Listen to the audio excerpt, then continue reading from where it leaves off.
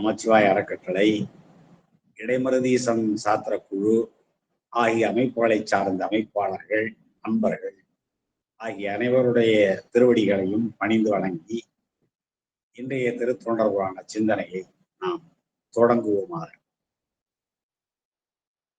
கடந்த சில வாரங்களாக நம்முடைய சிந்தனையெல்லாம் உண்மையால் உலகாண்ட சருக்கத்தினுடைய 5வது நாயன்மாராக விளங்குகிற திருக்குறிப்பு தொண்டநாயனாருடைய வரலாற்றை சிந்தித்துக் கொண்டிருக்கிறோம். அவருடைய பெயரே அவருடைய தன்மையை விளக்குகிறது, பண்பை விளக்குகிறது. அடியார்களுடைய திருக்குறிப்பை அறிந்து அவர்கள் வேண்டுவதற்கு முன்பாகவே குறிப்பறிந்து தொண்டாற்றுகின்ற அருமையான ஒரு நாயன்மார் தான் நாம் தொடர்ந்து சிந்தித்துக் கொண்டிருக்கிற திருக்குறிப்பு தொண்டநாயனார். அந்த நாயனாருடைய வரலாற்றை நம்முடைய தெய்வ சேக்கிழார் அவருடைய புராணத்தில் ஒரு 18 பாடல்கள் அளவில் சொல்லியிருக்கிறார் என்றாலும் 128 பாடல்களை உடையதாக இந்த திருக்குறிப்பு தொண்டநாயனார் புராணம் மிக விரிவாக அமைந்திருப்பதை நாம் அறிவோம். தொண்டை நாட்டினுடைய பெருமை, வளம், தொண்டை நாட்டினுடைய இயல்பு, அந்த மக்களுடைய வாழ்க்கை முறை, காஞ்சிபுரத்தினுடைய சிறப்பு, வளம், நிறைவாக திருக்குறிப்பு தொண்டநாயனாருடைய வரலாறு ஆகியவற்றை இந்த 128 பாடல்கள் வழியாக நம்முடைய தெய்வ சேக்கிழார் அவர்கள் மிக அருமையாக அந்த புராணத்தை நமக்கு வகுத்து தந்திருக்கிறார்கள். அந்த வகையில் அமைந்திருக்கிற புராணத்தில் நேற்று வரை நாம் 28 பாடல்களை சிந்தித்திருக்கிறோம். அந்த 28 பாடல்களிலே தொண்டை நாட்டினுடைய பெருமை, தொண்டை நாட்டு மக்களுடைய ஒழுக்கம், அவர்களுடைய சொன்ன சொல் மறவாமை, நன்றி காட்டுகிற அந்த பண்பு, 4 வகையான நிலங்களினுடைய பொது இயல்புகள், பிறகு 4 நிலம் குறிஞ்சி, முல்லை, மருதம், நெய்தல் என்று சொல்லக்கூடிய நானிலத்தினுடைய சிறப்பியல்புகளை பற்றி நாம் பார்த்து கொண்டு வருகிற பொழுது நேற்று குறிஞ்சித்திணையினுடைய சிறப்பியல்புகளை எல்லாம் பார்த்துவிட்டு அடுத்து முல்லைத்திணையினுடைய இயல்புகளையும் பார்த்து நாம் இப்பொழுது மருதத்திணையினுடைய இயல்புகளை பார்த்து கொண்டிருக்கிறோம். அந்த மருதம் செம்மையாக தொண்டை நாட்டில் அமைந்திருப்பதற்கு என்ன காரணம் என்றால், அங்கே ஓடுகிற மிகச்சிறந்த பல ஆறுகள். ஒன்று பாலியாறு, இன்னொன்று இந்த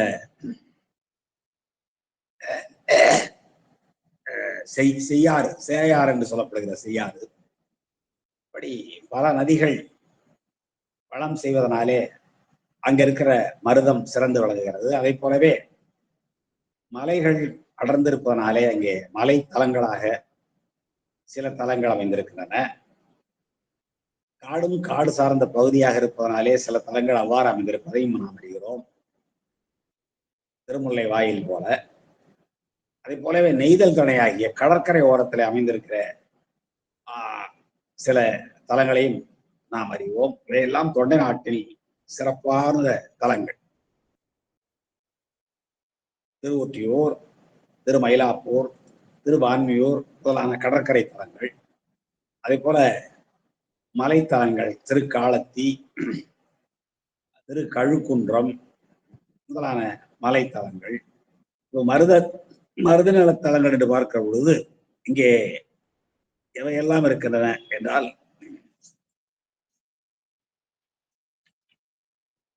திருவல்லம், திருமால் பேரு, திருப்பாசூர் முதலான தலங்கள் எல்லாம் மருத நிலத்தில் ஆற்றங்கரை ஓரத்தில் அமைந்திருக்கிற, பாலாற்றங்கரையின் ஓரத்தில் அமைந்திருக்கிற அருமையான தலங்களாக விளங்குகின்றன. அவற்றை பற்றிய செய்திகளை எல்லாம் இந்த மருதத்திணையினுடைய சிறப்பியல்புகளை சொல்லுகிற பொழுது நம்முடைய தெய்வ சேக்கிழார் அவர்கள் மருதத்திணையின் சிறப்பியல்புகளை அங்கே அமைந்திருக்கிற திருக்கோயில்கள், எழுந்து அருள்பாலித்துக் கொண்டிருக்கிற பெருமான் ஆகிய வரலாற்று சிறப்போடு சேர்த்து சொல்லுகின்ற பான்மையை இன்று நாம் காண இருக்கிறோம் அன்பர்களே.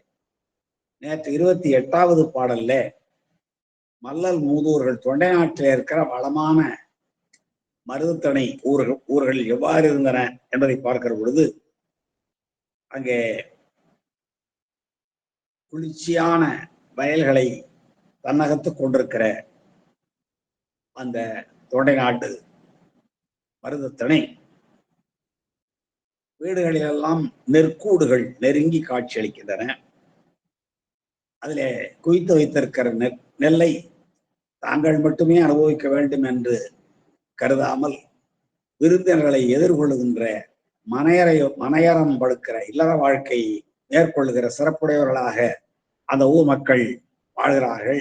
அவர்கள் வாழ்கின்ற மிகப்பெரிய மாட மாளிகைகள் நிறைந்த பல வீதிகளை உடையதாக அந்த மல்லல் மூதூர்கள் விளங்கின என்று 28வது பாடலிலே சொன்ன நம்முடைய தெய்வ சேக்கிழார் 29வது பாடலிலே அந்தணர்களுடைய வீதிகளை சொல்லுகிறார். சென்ற பாடல்ல 28வது பாடல்ல சொல்லுகிற பொழுது பலமான மூதூர்கள், பல மூதூர்கள், அங்கே குளிர்ச்சியான மருத நிலங்கள், நிரம்ப வீடுகள், அங்கெல்லாம் நெற்கூடுகள் நிறைந்திருக்கிற நெற்கூடுகள், அவற்றாலே மக்களை வரவேற்று விருந்து உபசரிக்கின்ற நல்ல உள்ளம் படைத்த மனையறம் பெற்று வாழ்கிற இல்லறத்தில் வாழ்கின்ற மக்கள், அவர்கள் வாழ்கின்ற மிக உயர்ந்த மாட மாளிகைகள் என்றெல்லாம் 28வது பாடல்ல சொன்னவர் 29வது பாடல் இன்று நாம் பார்க்க இருக்கிற பாடல்ல சொல்லுகிற பொழுது மறையவர்களுடைய செழும்பதிகள் சிலவற்றை சொல்கிறார். வேதியர்கள் வாழ்கிற, வேதம் ஓதுபவர்கள் வாழ்கிற, வேள்வி செய்பவர்கள் வாழ்கிற, நாள்தோறும் நித்யாக்கினிகள் வளர்க்கின்ற அந்தாளர்கள் வாழ்கின்ற வீதிகள் எப்படி விளங்கின என்பதை 29வது பாடல்லே நம்முடைய தெய்வ சேக்கிழார் அவர்கள் குறிப்பிடுகிறார்கள். தொல்லை நான் மறை முதல் பெரும் கலை ஒலி துவன்றி இல்லறம் புரிந்து ஆகுதி வேள்வியில் எழுந்த மல்கு திண் புகை மழைதரும் முகில் குளம் பரப்பும் செல்வம் ஓங்கிய என்று இந்த பாடல்ல சொல்கிறார். எவை திருமறையவர்தம் செழும்பதிகள். திருமறையவர்கள் அங்கு 4 வேதங்களை ஓதுகின்ற, ஓதுவிக்கின்ற, வேட்கின்ற, வேட்பிக்கின்ற, ஈதல் செய்கின்ற, ஏற்கின்ற எல்லாம் வேள்வியை சார்ந்ததுதான், வேதங்களை சார்ந்ததுதான். அப்படிப்பட்ட அறுதொழில் செய்கின்ற மறையவர்களுடைய பதிகள், அவர்கள் எழுந்தருள் இருக்கிற திருத்தலங்கள், அவர்கள் வாழ்கின்ற திருத்தலங்கள் எவ்வாறு இருந்தன என்று இந்த பாடலே குறிப்பிடுகிறார் நம்முடைய தெய்வ சேக்கிழார்.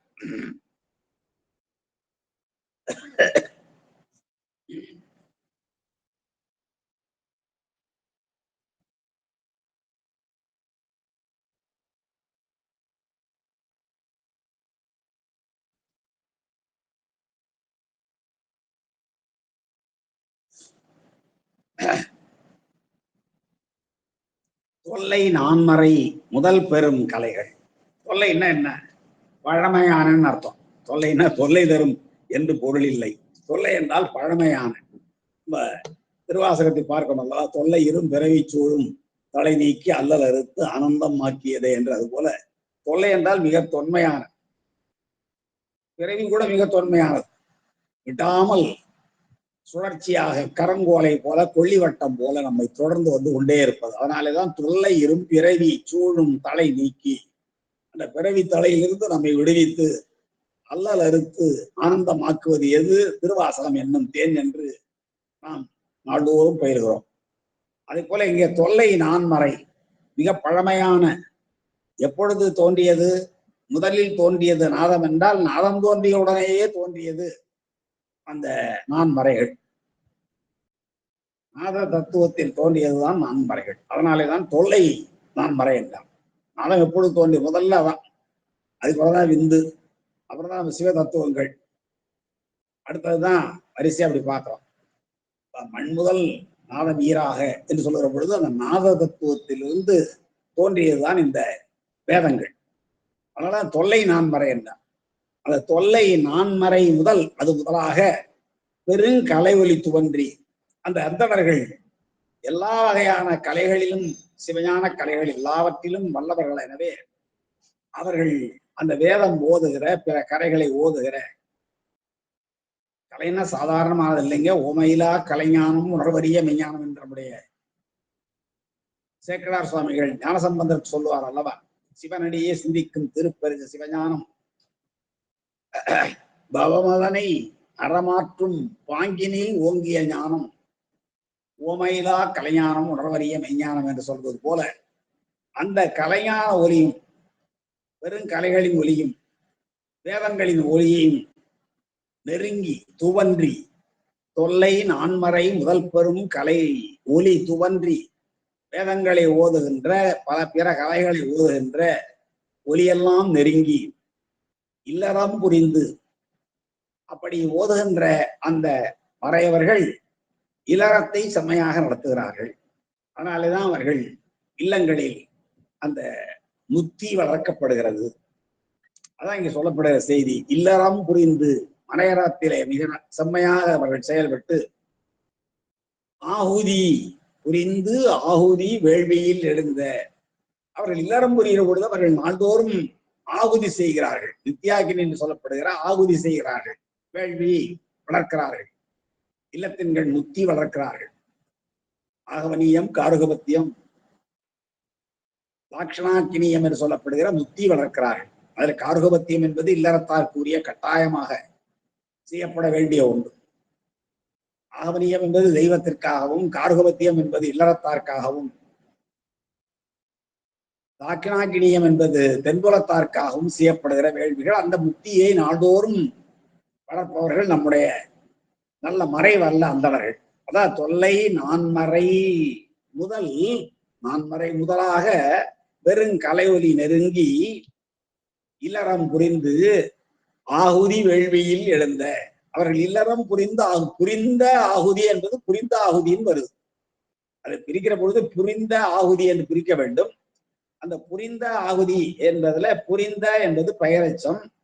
அந்த பெயரெச்சனுடைய ஈற்றெழுத்து ஆ இருக்குங்களா, புரிந்த இத்து கடைசியில அந்த அகரம் கெட்டு போகிறது. புணர்ச்சியில தோன்றல் தெரிதல் கெடுதல் என்று மூன்று வகையான புணர்ச்சி உண்டு. இயல்பு புணர்ச்சி, விகார புணர்ச்சி என்று நம்முடைய தமிழ் சொற்களுடைய புணர்ச்சியை இருவகைப்படுத்துவார்கள். ஒன்று இயல்பு புணர்ச்சி. இப்ப தமிழ் கூட்டல் வாழ்க அப்படின்னா தமிழ் வாழ்கன்னு ஆகும். தமிழ் பிளஸ் பாடம் என்றால் தமிழ் பாடம் என்றால் அப்ப அங்க இப்ப தோன்றுது. இயல்பு புணர்ச்சின்னா அப்படியே இருக்கும். தமிழ் வாழ்கன்னு சொல்றோம்னு வச்சுங்களேன், நிலைமொழியும் மறுமொழியும் சேர்கிற பொழுது எந்த மாற்றமும் இல்லாமல் வருவது இயல்பு புணர்ச்சி. அப்படி இல்லாம வேற்றுமை விகார புணர்ச்சி என்றால் தோன்றல் தெரிதல் கெடுதல் என்ற மூன்று வகையான மாற்றங்களை அடையும். தோன்றல் என்றால் புதிதாக ஒரு எழுத்து தோன்றுவது. அதான் இப்ப சொன்னது போல தமிழ் பாடம் இப்போ அங்க தோன்றும். திரிதல் என்றது ஒரு எழுத்து வேறொரு எழுத்தாக மாறுவது. என்னது? மரம் கிளை என்றால் அந்த மரம் என்ற நிலைமொழியீட்டில் இருக்கிற என்ன ஆகிறது? இக்கா மாறுது. மரம் கிளை மரக்கிளை என்றாகிறது. அது திரிதல், ஒன்று வேறொன்றாய் மாறுதல். கெடுதல் என்றால் ஒரு எழுத்து இல்லாம போயிடுறது. மரம் கூட்டல் வேர் அப்படின்னு வச்சீங்கன்னா, மரம் கூட்டல் வேர் ரெண்டு சேர்ந்தா மரவேர்னு ஆயிடும். அப்ப நிலைமொழி ஈட்டு எழுத்து கெட்டு போகிறது. தோன்றல் தெரிதல் கெடுதல் என்று விகாரம் புணர்ச்சியில இது இயல்பு புணர்ச்சி விகார புணர்ச்சி என்ற ரெண்டு வகை புணர்ச்சி. அதுல இயல்பு புணர்ச்சியில எந்த மாற்றம் வராது. தமிழ் வாழ்க என்றோ தமிழ் மொழி என்றோ சொல்லிடலாம், எந்த மாற்றம் வராது. ஆனால் இப்ப தமிழ் பாடம் மரக்கிளை மரவேர் என்று சொல்லுகிற பொழுதெல்லாம் அந்த தோன்றல் தெரிதல் கெடுதல் ஆகிய மூன்று வகையான வேறுபாடுகளும் பார்க்கிறோம். அது போல இந்த புரிந்த ஆகுதி என்பதுல புரிந்தங்கிறதுல தா இருக்கு இல்லையா, நிலைமொழியிற்றின் த, அந்த த எழுத்து இத்து கூட்டல் ஆ ரெண்டு சேர்ந்தாதான் த. அந்த இத்து கூட்டல் ஆவில் இருக்கிற ஆ மட்டும் கெட்டு போகும். அப்போ புரிந்து இருக்கும். அதோட வறுமொழியில இருக்கிற ஆகுதியில ஆவன்னா சேர்ந்து இத்து ஆ ரெண்டும் சேர்ந்தா தாகும் புரிந்த ஆகுதின்னு ஆயிடும்.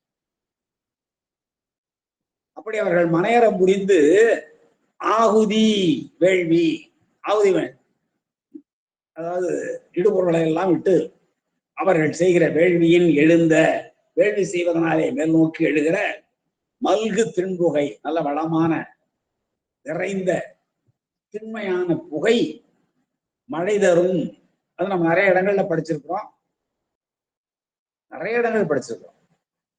இங்கே நாம் செய்கின்ற அதாவது வேள்வியின் நற்பயன் வீழ்புணல் ஆவது என்பார் நம்முடைய தெய்வ சேக்கலார். இப்படி பல இடங்கள்ல நாம் இந்த வேள்வியினுடைய சிறப்பு பார்க்கிறோம். வேள்வி செய்வதனாலே மழை பொழிவதையும் பார்க்கிறோம். அந்த நாமே பலமுறை படித்திருக்கிறோம். ஒன்று ஓமமாம்புலியூர்ல ஒரு பாடல் நான் கூட சொல்லியிருக்கிறேன். அம்பரமாகி அழல் உமிழ் புகையின் ஆகுதியால் மழை பொழியும். பாருங்க, அம்பரமாகி அழல் உமிழ் புகையின் ஆகுதியால் மழை பொழியும். கும்பர்கள் ஏத்தும் ஓமமாம்புலியூர் உடையவர் வடதளி இதுவே என்று ஞானசம்பந்த பெருமான் பாடியிருப்பார். அந்த பாட்டு கருத்து அப்படியே வருது பாருங்க. இல்லறம் புரிந்து ஆவுதி வேள்வியில் எழுந்த மல்கு தென்புகை மழை தரும். அதான் இங்க அம்பரமாகி வானம் நோக்கி சென்று அழல் உமிழ் அந்த வேள்வி தீயிலிருந்து வெளியே வருகிற புகையானது, அந்த புகை ஆகுதியினாலே வருகிறது அல்லவா, அது மழை பொழியும் என்பது ஞானசம்பந்த வாக்கு. இன்னும் வேள்வியின் நற்பயன் விழுப்புணராவது என்று பார்த்திருக்கிறோம். மண்ணில் பெருவேள்வி வளர்தி புயல் நாளும் விண்ணில் புயல் காட்டும் வீழி விடலையே என்று ஞானசம்பந்த பெருமான் பாடியிருக்கிறார். இப்படி நம்முடைய பெருமக்கள் எல்லாம் பல முறை பாடியிருக்கிறார்கள். வேள்வி செய்வதாலே மழை பொழியும் என்று. அதைத்தான் இங்கே இவர்கள் தொல்லை நான்மறை முதல் பெரும் கலை ஒளி துவன்றி இல்லறம் புரிந்து ஆகுதி வேள்வியின் எழுந்த மல்கு திண்புகை மழை தரும் முகில் குளம். மழையை தருவது எது? மேகங்கள் கூட்டம், மேகக்கூட்டம், முகில் குளம். அந்த மேகக்கூட்டங்கள் பரப்பும், அந்த மேகக்கூட்டங்கள் பரவச் செய்கின்ற செல்வம் ஓங்கிய, செல்வங்கள் நிறைந்து விளங்குகிற, அந்தணர்கள் வாழ்கின்ற செழும் திருப்பதிகள் பல அந்த தொண்டை நாட்டில் இருக்கின்றன என்று நாம் இதை கூட்டிக் கொள்ள வேண்டும். இப்போ இந்த மறையவர்கள் வாழ்கிற பதிகள், முன்னாடி வேளாளர்கள் மற்றவர்கள் வாழ்கிற பகுதிகளில் நெற்கூடுகள் வீடுகளை சுற்றி நிறைய இருந்தன. நெல் நிறைய குவித்து வைத்திருந்தார்கள். விருந்தினர்களை வரவேற்றார்கள். தங்களுடைய விருந்தோம்பும் திறனால் அவர்களுக்கெல்லாம் நல்ல உணவளித்தார்கள் என்றெல்லாம் முன்னாடி பார்த்தோம். நாம் இப்பொழுது மறையவர்கள் வாழ்கின்ற செழும்பதிகளை பார்க்கிறோம். அங்கே அவர்கள் பழமையான வேதங்களை ஓதுகின்ற ஒலியும் மற்ற கலைகளை ஓதுகின்ற ஒலியும் மிகுந்து, அவர்கள் வேள்வி செய்கிற பொழுது ஆகுதியில் இடப்படுகிற பொருளினாலே எழுகின்ற புகையானது மேல் நோக்கி சென்று அந்த முகில் கூட்டத்தை உருவாக்கி, அந்த முகில் கூட்டத்தினாலே செல்வத்தை பெருகச் செய்கின்ற மிகச்சிறந்த ஓங்கிய என்றால் உயர்ந்து விளங்குகிற செல்வத்தை கொண்டதாக விளங்குகின்றன அந்த பதிகள் என்று இந்த 29வது பாடலிலே சொல்கிறார். இவ்வாறு இந்த செழும் பதிகள் எவற்றையெல்லாம் தருகின்றன என்றால், இவர்கள் வேள்வி செய்வதனாலே மழை தருதல் ஒரு பயன், வேள்வியின் நற்பயன் விழுப்புணல். எனவே வேள்வி செய்வதனாலே முதலில் கிடைப்பது. அந்தணர்கள் மறையவர்கள் ஒரு ஊரில் நிரம்ப வாழ்கிறார்கள் என்றால் அவர்கள் வேள்வி செய்கிறார்கள். வேள்வி செய்வதனாலே நமக்கு கிடைக்கின்ற முதற் பயன் மழை தருதல். இரண்டாவது பயன் நிரம்ப வேள்விக்கு இருப்பிடமாக அந்த தலம் அமைவது. மூன்றாவது, அப்படிப்பட்ட வேள்வி என்னும் சாதனத்தை அவர்கள் செய்வதற்கு அவர்களுடைய மனையறம் இல்லறம் மிகச் சிறந்து விளங்குகின்றனர். ஆக இந்த 3 பயன்களை செழும் பதிகளிலே அந்தணர்கள் கொண்டிருக்கிறார்கள். அளவா கற்றாங்கு எரியோம்பி கலியை வாராமே செற்றார் வாழ்தில்லை சிற்றம்பலம் என்று ஞானசம்பந்த பெருமான் அங்கே தில்லையில் பாடுகிறார் அல்லவா. கற்றாங்கு எரியோம்பி, தாங்கள் எப்படி வேள்வியிலே கற்றார்களோ அந்த விதிப்படி அந்த முத்தியை வளர்த்து, அல்லது ஊருக்கு புறத்தே இருக்கிற வேள்வி சாலைகளிலே, ஏனென்றால் பரப்பை விடுத்தெங்கும் பசுவேட்டு எரியோம்பும் சிறப்பர் வாழ்தில்லை சிற்றம்பலம் என்று அடுத்த பாடலிலே ஞானசம்பந்த பெருமான் சொல்லுவார். அதனாலே ஊருக்கும் புறத்தே பெரிய வேள்வி சாலைகளை அமைத்து யூப தம்பங்களை நட்டு மிகச்சிறந்த வேள்விகளை சிவமகா வேள்விகளை அவர்கள் செய்கிறார்கள். அதனாலே மழை பொழிகிறது, வறுமை தொலைகிறது, இடுக்கண்கள் அகலுகின்றன. அதான் கற்றாங்கு எரியோம்பி கலியை வாராமே செற்றார்கள். வறுமையை வாராமல், துன்பம் வாராமல், மக்களுக்கு இடர்கள் வாராமல் செற்றார்கள். அவ்வாறு இடர்கள், துன்பம், பசி முதலான வறுமை வாராமல் இருப்பதற்கு காரணம் மழை. அந்த மழைக்கு காரணம் எரிவோம்புதல். அந்த எரிவோம்புவதல் செய்தவர்கள் யார் என்றால் அந்தணர்கள். அவர்கள் எதன் வழி செய்தார்கள் என்றால் வேதத்தை கற்றார்கள், கற்ற வழி நின்றார்கள். அதான் கற்க கசடர கற்பவை கற்றபின் நிற்க அதற்கு தகவல் ஏற்ப அவர்கள் கற்றதற்கேற்ப நின்றதனாலே நாடெல்லாம் மழை பொழிந்தது என்று அந்த பாடல்படி நாம் உணர்கிறோம். அதுபோல இங்கே தொல்லை நான்மறை முதல் பெரும் கலை ஒலி துவன்றி இல்லறம் புரிந்து அகுதி வேள்வியின் எழுந்த. அகுதி என்பது வேள்வி, அதில் ஈடுபடுகிற இடுபொருள். அதனாலே எழுந்த புகை, அந்த புகை மல்கு திண்புகை என்றார். நல்ல திண்மையான பலமான கடுமையான புகை. ஏனென்றால் அங்க ஆக்கூரை பற்றி சொல்கிற பொழுது மழை கூட புகைப்பால் நாரும் என்றார். அந்த புகையினுடைய தாக்கம் மேலே சென்று மேகத்தோடு கலந்து மழையாக பொழிகிற பொழுது அந்த மழை நீர் கூட ஆகுதியின் புகைப்பால் மாறும் என்று சொன்னால் அது எவ்வளவு திண்மையான புகையாக இருக்க வேண்டும் என்பதை நாம் அங்கெல்லாம் உணர்ந்து கொள்கிறோம். அதைத்தான் இங்கே மல்கு தென் புகை மழை தரும் முகில் குளம் பரப்பும். முகில் குளத்தை பரவச் செய்கின்ற. ஆக ஒரு நாட்டுக்கு செல்வமே முகில் குளம் தான். முகில் குளம் நன்றாக பரவுமானால் நன்றாக மழை பொழியும். மழை பொழியுமானால் நீர் வளம், நில வளம், மக்கள் உணவுக்கு பஞ்சமில்லை. எனவே மன வளம், மற்றவர்களை ஏமாற்ற வேண்டும், திருட வேண்டும், பொய் சொல்ல வேண்டும் என்ற அந்த எண்ணமெல்லாம் எதனாலே வருகிறது? மனிதனுடைய பசியினாலே வருகிறது. பசியை போக்கிக் கொள்வதற்காக மனிதன் பொய் சொல்லுகிறான், திருடுகிறான், ஏமாற்றுகிறான், வஞ்சிக்கிறான். எனவே இந்த பசி நீங்க வேண்டும் என்றால் அதுக்கு ஒரு வழி இதுதான், மழை பொழிய வேண்டும். மழை பொழிய வேண்டும் என்றால் வேள்விகள் நடைபெற வேண்டும். வேள்விகள் நடைபெற வேண்டும் என்றால் வேதத்தை பயில்கின்ற மறையவர்கள் பதிகளில் வாழ வேண்டும். அவ்வாறு வாழ்ந்தால் மழை கிடைக்கும், அவருடைய இல்லறம் செழிக்கும், வேள்வியில் நிறைய நடைபெறுவதற்கு அந்த தலம் இருப்பிடமாகும் என்று இந்த பாடல் வழி நாம் உணர்ந்து கொண்டு இந்த திருமறையவர் செழும்பதிகளுடைய சிறப்பை இந்த பாடல் வழியாக நாம் அறிந்து கொண்டோம். அடுத்து 30வது பாடல் திருவல்லம் என்னும் அருமையான ஒரு திருத்தலம். திருவல்லம், திருவலம் என்றும் சொல்வார்கள், திருவலம் என்றும் சொல்வார்கள். திருவலம் என்றால் அந்த வல்லம் பின்னாடி ஆயிற்று. முதலில் வலம் வந்தால் வலம் வரும் என்பார்கள். திருவலம் என்று அழைக்கப்படுகிற பாடல் பெற்ற தொண்டை நாட்டு திருத்தலங்களிலே ஒன்று. அது மிக அருமையான தலம். பற்றிய இந்த 3 தலங்களை பற்றிய செய்திகளை நான் பின்னாலே உங்களுக்கு சில செய்திகளை சொல்ல வருகிறேன். அதுல திருவல்லம் என்பது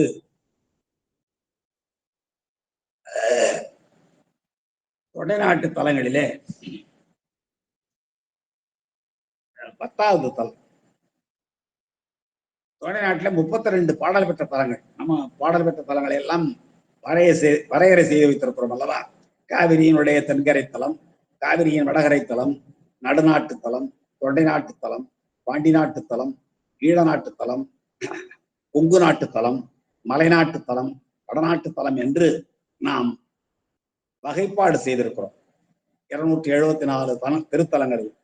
அந்த வகையில் இந்த தொண்டை நாட்டு தலங்கள் 32 தலங்கள், மிக அருமையான தலங்கள். பல திருக்கோயில்களில் இருக்கிற சிவலிங்கம் தீண்டா திருமேனிகளாக விளங்குவதை தொண்டை நாட்டில் தான் பார்க்க முடியும். தொண்டை நாட்டில் பல திருமேனிகள், பெருமானுடைய அந்த லிங்க திருமேனிகள் தீண்டா திருமேனிகளாக அமைந்திருக்கிற சிறப்பை எல்லாம் அங்கு சென்றால் நாம் அறியலாம். இந்த வல்லம் என்னும் இந்த திருத்தலம் முன்னாடி பழங்காலத்தில் அது திருவலம் என்றுதான் அழைக்கப்பட்டிருந்தது. ஞானசம்பந்த பெருமான் பாடிய பதிகம் ஒன்று இருக்கிறது. அந்த திருக்கோயில்ல சில அற்புதங்களை பார்க்கலாம். நந்தி சுவாமியை பார்க்காம கோயில் வாயிலை பார்த்திருப்பது போல அமைந்திருக்கும். காரணம் என்ன என்றால், இங்கே கஞ்சன் மலை என்ற ஒரு மலையிலிருந்து திருவல்லத்திற்கு இறைவனுக்கு அபிஷேகம் செய்ய தீர்த்தம் கொண்டு வருகிற அர்ச்சகர் ஒருவரை கஞ்சன் என்பவன் தொல்லை செய்தான், இடையூறு செய்தான். பொழுதும் அந்த காஞ்சனகிரி என்னும் பெயரோடு அந்த திருவல்லத்திற்கும் பக்கத்திலே இருக்கிற மலை விளங்குகிறது. அந்த கஞ்சன் மலையிலிருந்து தான் திருவல்லத்தில் இருக்கிற அந்த பெருமானுக்கு நாள்தோறும் அபிஷேகத்துக்கு அர்ச்சகர் நீர் கொண்டு வருவார். அவருக்கு அந்த கஞ்சன் மலையில் இருந்த ஒரு அரக்கன் நாள்தோறும் இடையூறுகள் செய்து கொண்டே இருந்தான். அப்போ பெருமானுடைய வாகனமாகிய நந்தி தேவர் அந்த கஞ்சனை 8 பாகங்களாக கிழித்தறிந்தார். கூட அந்த திருவிழா நடைபெறுகிறது சொல்வார்கள். தை மாதத்துல பொங்கல் கழித்த 3வது நாளிலிருந்து 10வது நாள் வரை அந்த கஞ்சனுடைய 8 உறுப்புகள் விழுந்த இடங்களில் எல்லாம் சிவலிங்கங்கள் இருக்கின்றன. அவற்றிலெல்லாம் விழாக்கள் நடைபெறுகின்றன என்று சொல்லுகிறார்கள். அப்படி அந்த நந்தியம் பெருமானாலே அந்த கஞ்சன் மலையிலிருந்து வந்த அரக்கன் 8 பாகங்களாக கிழிக்கப்பட்டான் என்று சொல்வார்கள். ஆனாலும் கூட அவன் பெருமானிடம் நிரம்ப வரம் பெற்றதனாலே இரவாமல் இருக்கும் கஞ்சன் மீண்டும் வருகின்றானா என்பதை கண்காணிப்பதற்காக பெருமானை பார்க்க வேண்டிய நந்தி பெருமானை பாராமல் கோயில் வாயிலை பார்த்து கொண்டிருக்கிறான். ஏனென்றால் தன்னால் அவன் கிழிக்கப்பட்டாலும் கூட பெருமானிடம் இரவா வரம் பெற்றமையினாலே மீண்டும் வந்துவிடக்கூடும் என்ற நோக்கில் திருவாயிலை பார்த்து கொண்டு அந்த நந்தியம் பெருமானது திருத்தலத்தில் எழுந்தருளி இருக்கிறதை நாம் பார்க்கலாம். அது பெரிய கோயில், 3 திருச்சுற்றுகளை உடைய 5 ராஜகோபுரமுடைய மிகப்பெரிய கோயில். அது வேலூர் மாவட்டத்திலே திகழ்வது. நிபா நதி என்ற நதியின் கரையில் அமைந்திருப்பது. ஒரு அதாவது செய்யாறுன்னு சொன்னீங்களா, செய்யாறு பக்கத்துல திருவோத்தூர் இருக்கும். இந்த திருப்பாசூர் மற்றெல்லாம் வெவ்வேறு ஆற்றங்கரை ஓரத்துல இருக்கும். இந்த வல்லம் என்ற திருத்தலம் நிபா நதியின் கரையில் இருக்கிறது. பெருமானுக்கு நீராட்டுவதற்காக நீவா என்று அழைத்ததனாலே அந்த நதி நீவா என்ற பெயரோடு விளங்கி பிறகு அது நிபா நதி என சொல்லிற்று என்று சொல்வார்கள். அங்கே இருக்கிற இறைவனும் சுயம்பு மூர்த்தி தான். இந்த தலத்துக்கு பெருமையாக சொல்ல வேண்டும் என்றால் நம்ம விநாயக பெருமான் மாங்கனியை பெற்ற வரலாறு ஒன்று சொல்லுவோம் அல்லவா, அந்த நிகழ்ச்சி நடைபெற்ற தலம் என்று குறிப்பிடுகிறார்கள். அதனாலேதான் அந்த திருவலம் என்று பெயர் வந்தது. அம்மையப்பரே உலகம் என்று அறிந்து கொண்டு விநாயக பெருமான் வலம் வந்ததனாலே அந்த ஊருக்கு திருவலம் என்று பெயர் வந்து காலப்போக்கில் அது திருவல்லம் ஆயிற்று என்று சொல்லுகிறார்கள். அங்க இருக்கிற தல விநாயகருக்கு கனிவாங்கிய பிள்ளையார் என்று பெயர் இருப்பதனாலே இந்த வரலாறு மேலும் உறுதிப்படுகிறதை நாம் அறியலாம். அவருடைய துதிக்கையில் ஒரு மாங்கனி இருப்பதையும் நம்மாலே காண முடிகிறது. சுவாமி சன்னதியினுடைய வலப்பக்கத்துல ஒரு தொட்டி இருக்கிறது. அதுல ஜலகண்டேஸ்வரர் என்னும் பாதாளேஸ்வரர் எழுந்தருளி இருக்கிறார் என்று சொல்லுகிறார்கள். அங்கே ஒரு சிவானந்த மௌனகுருசாமி என்பவர் பலாமரத்தின் அடியில் அமர்ந்து தவம் செய்து இறைவனுடைய அருளை பெற்றார். கம்சன் அந்த கஞ்சன் என்பவனுடைய வேண்டுகோளுக்கிணங்க தலையறைவராகிய வில்வ நாதேஸ்வரர் தைப்பொங்கல் கழித்த 3ஆம் நாளிலிருந்து 10ஆம் நாள் வரை அந்த 8 நாட்களும் அந்த 8 உறுப்புகள் விழுந்த இடங்களிலெல்லாம் அவர் எழுந்தருளி அவனுக்கு மோட்சம் அளிக்கிற காட்சி விழாவாக இப்பொழுதும் ஐதீக விழாவாக நடைபெற்றுக் கொண்டிருக்கிறது. இந்த வல்லத்துக்கு இன்னொரு பெயர் உண்டு, தீக்காளி வல்லம் என்று சொல்லுவார்கள். தீக்காளி வல்லம் என்றும் இந்த வல்லத்துக்கு இன்னொரு பெயர் உண்டு. அதுக்கான காரணத்தை நாம் பாடல்லையே பார்க்கிறோம். அந்த பாடல் 30வது பாடல் பாருங்க. திருவல்லம் என்னும் தலைப்பில் இருக்கிற பாடல். தீது நீங்கிட தீக்காலியாம் அவுணருக்கு நாதர்தாம் அருள் புரிந்தது. இந்த திருவல்லம் என்னும் திருத்தலம் என்ன சிறப்பு உடையது என்றால், தீக்காலியாம் அவுணருக்கு, தீக்காளி என்னும் பெயரை உடைய ஒரு அரக்கனுக்கு, அவுணனுக்கு தீது நீங்கிட, அவனுக்கு என்ன தீமைன்னா ஒரு அச்சத்தோடு பெருமானிடம் தஞ்சமடைந்து வழிபாடு செய்தான். என்ன அச்சம் என்றால், திருமால் தன் கையில் இருக்கிற சுதர்சனம் என்னும் சக்கரத்தினாலே தன்னை கொன்று விடுவார் என்று அஞ்சி அந்த தீக்காளி என்னும் அரக்கன் பெருமானை தஞ்சமடைந்து தன்னை காத்தருளுமாறு வேண்டிக் கொள்ள அவனுடைய வேண்டுகோளை ஏற்றுக்கொண்டு பெருமான் காப்பாற்றினார். அதனாலதான் இங்கே தீது நீங்கிட அந்த தீக்காளி என்னும் அவுணனுக்கு வர இருந்த திருமாலினால் வர இருந்த துன்பமெல்லாம் விலக அவுணருக்கு, அந்த தீக்காளி என்னும் அவுணருக்கு நாதர்தாம் அருள் புரிந்தது. நாதராக விளங்குகிற பெருமான், அதான் வில்வ வன ஆதேஸ்வரர் என்று சொல்லப்படுகிற பெருமான். ஏன்னா ஒரு காலத்துல அது வில்வ வனமாக இருந்ததுதான் அந்த திருவல்லம். அந்த அதனாலே பேர் இறைவனுக்கு பேர் வில்வ வனநாதேஸ்வரர் என்று பெயர். அவர் அருள் புரிந்தார் இந்த திருத்தலத்தில் தீக்காளி என்னும் அவுணனுக்கு. அதான் தீது நீங்கிட தீக்காளியாம் அவுணருக்கு நாதர் அருள் புரிந்தது. அதோடு மட்டுமல்லாமல் நல்வினை பயன் செய் மாதர் தோன்றிய மரபுடை மறையவர், சென்ற பாடல்லையும் மறையவர்கள் வாழ்ந்ததை பார்த்தோம். அந்த மறையவர் வாழ்கின்ற பல தலங்களிலே ஒன்றுதான் இந்த திருவல்லம் என்பது. இந்த திருவல்லம் என்னும் திருத்தலத்துல ரெண்டு செய்திகள் சொல்லப்படுகிறது. ஒன்று, தீக்காளி என்னும் அந்தணனுக்கு திருமாலினாலே வர இருந்த இடையூற்றை, அச்சத்தை போக்கி அவருக்கு அருள் புரிந்தார். இன்னொன்று, ஒரு அந்தணன் தனக்கு பிள்ளை பேர் இல்லாமையினால் ஒரு மகவன் புத்திரனை வேண்டி தவம் புரிந்தார். அப்பொழுது பெருமான் அருள் புரிகிறார், உனக்கு புத்திர பேர் கிடையாது, 2 மகள்கள் தான் பிறப்பார்கள், புத்திரிகள் தான் பிறப்பார்கள் என்று அருள் செய்கிறார். அப்பொழுது அந்த அந்தணன் பெருமானிடம் என்ன வேண்டிக் கொள்கிறான், அப்படி புத்திரிகளாக எனக்கு பிறந்தார்கள், பிறந்தாலும் கூட அவர்கள் திருத்தொண்டு செய்ய வேண்டும், சிவத்தொண்டு செய்ய வேண்டும், சிவனடிமை தொண்டு செய்ய வேண்டும் என்று வரம் வேண்டி பெற்றுக் கொள்கிறார் அந்த மறையவர். அப்படிப்பட்ட மறையவர்களுடைய மரபிலே வந்தவர்கள் வாழ்கின்ற திருத்தலம் தான் அந்த வல்லம் என்பது என்று இந்த பாடலில் குறிப்பிடுகிறார் தெய்வ சேக்கிழார். மீண்டும் பாருங்கள். நல்வினை பயன் செய் மாதர். நல்வினையினாலே என்ன பயன் உண்டாகும்? நல்வினை என்றாலே என்ன வினை? சிவனுக்கு ஆற்றுகிற தொண்டுதான், சிவத்தொண்டுதான் நல்வினை. அந்த நல்வினை செய்கின்ற பயனினாலே மாதர் தோன்றிய 2 மகளிர், ஒரு அந்தணனுக்கு தோன்றிய மரபு, அந்த அந்தணர் மரபு, அந்த மரபுடைய மறையவர், அப்படிப்பட்ட மரபிலிருந்து வந்தவர்கள் மறையவர்கள். இது பழைய கதை. ஒரு அந்தணனுக்கு 2 புத்திரிகள் பிறக்க அந்த 2 பெண்களும் நல்வினை செய்தார்கள். அப்படிப்பட்ட நல்வினை செய்வதற்காகவே அந்த 2 மாதர்கள் பிறந்தார்கள், ஒரு அந்தணருடைய வேண்டுகோள்படி பிறந்தார்கள் என்று அந்த நல்வினை பயன் செய் மாதர் தோன்றிய மரபில் வந்த அந்தணர்கள், மரபுடை மறையவர், மறந்த பேர் வாழ்கிற வல்லம், அந்த திருவல்லம் என்னும் திருத்தலம் பூதி சாதனம் போற்றிய பொற்பினால் விளங்கும். அதோடு மட்டுமல்லாமல் பூதி சாதனம், சிவனுடைய சைவ சமய சாதனங்களாக விளங்குகிற பூதி, விபூதி, திருநீர், மேலான செல்வம் என்பது பொருள். பூதி என்றால் செல்வம், மேலான செல்வம் விபூதி. சாதனம் என்பது கண்டிகை, உருத்திராக்க கண்டிகை. திருநீரும் உருத்திராக்க கண்டிகையும் ஆகிய 2ஐயும் போற்றிய பொலிவினாலே, பொற்பினாலே, அழகினாலே சிறந்து விளங்குவது திருத்தலம் இந்த திருவல்லம் என்னும் திருத்தலம். அப்படிப்பட்ட ஒரு அற்புதமான தலம் அந்த திருத்தலம். இங்கே சொல்லப்பட்டிருக்கிற 3 செய்திகளை நாம் பார்க்க வேண்டும் திருவல்லத்துல. இது தொண்டை நாட்டு திருத்தலம், இவா நதியின் கரையிலே உள்ளது. விநாயக பெருமான் வலம் வந்து மாங்கனியை பெற்றதனாலே திருவலம் என்னும் பெயர் வந்தது. காலப்போக்கில் அது திருவல்லம் ஆயிற்று.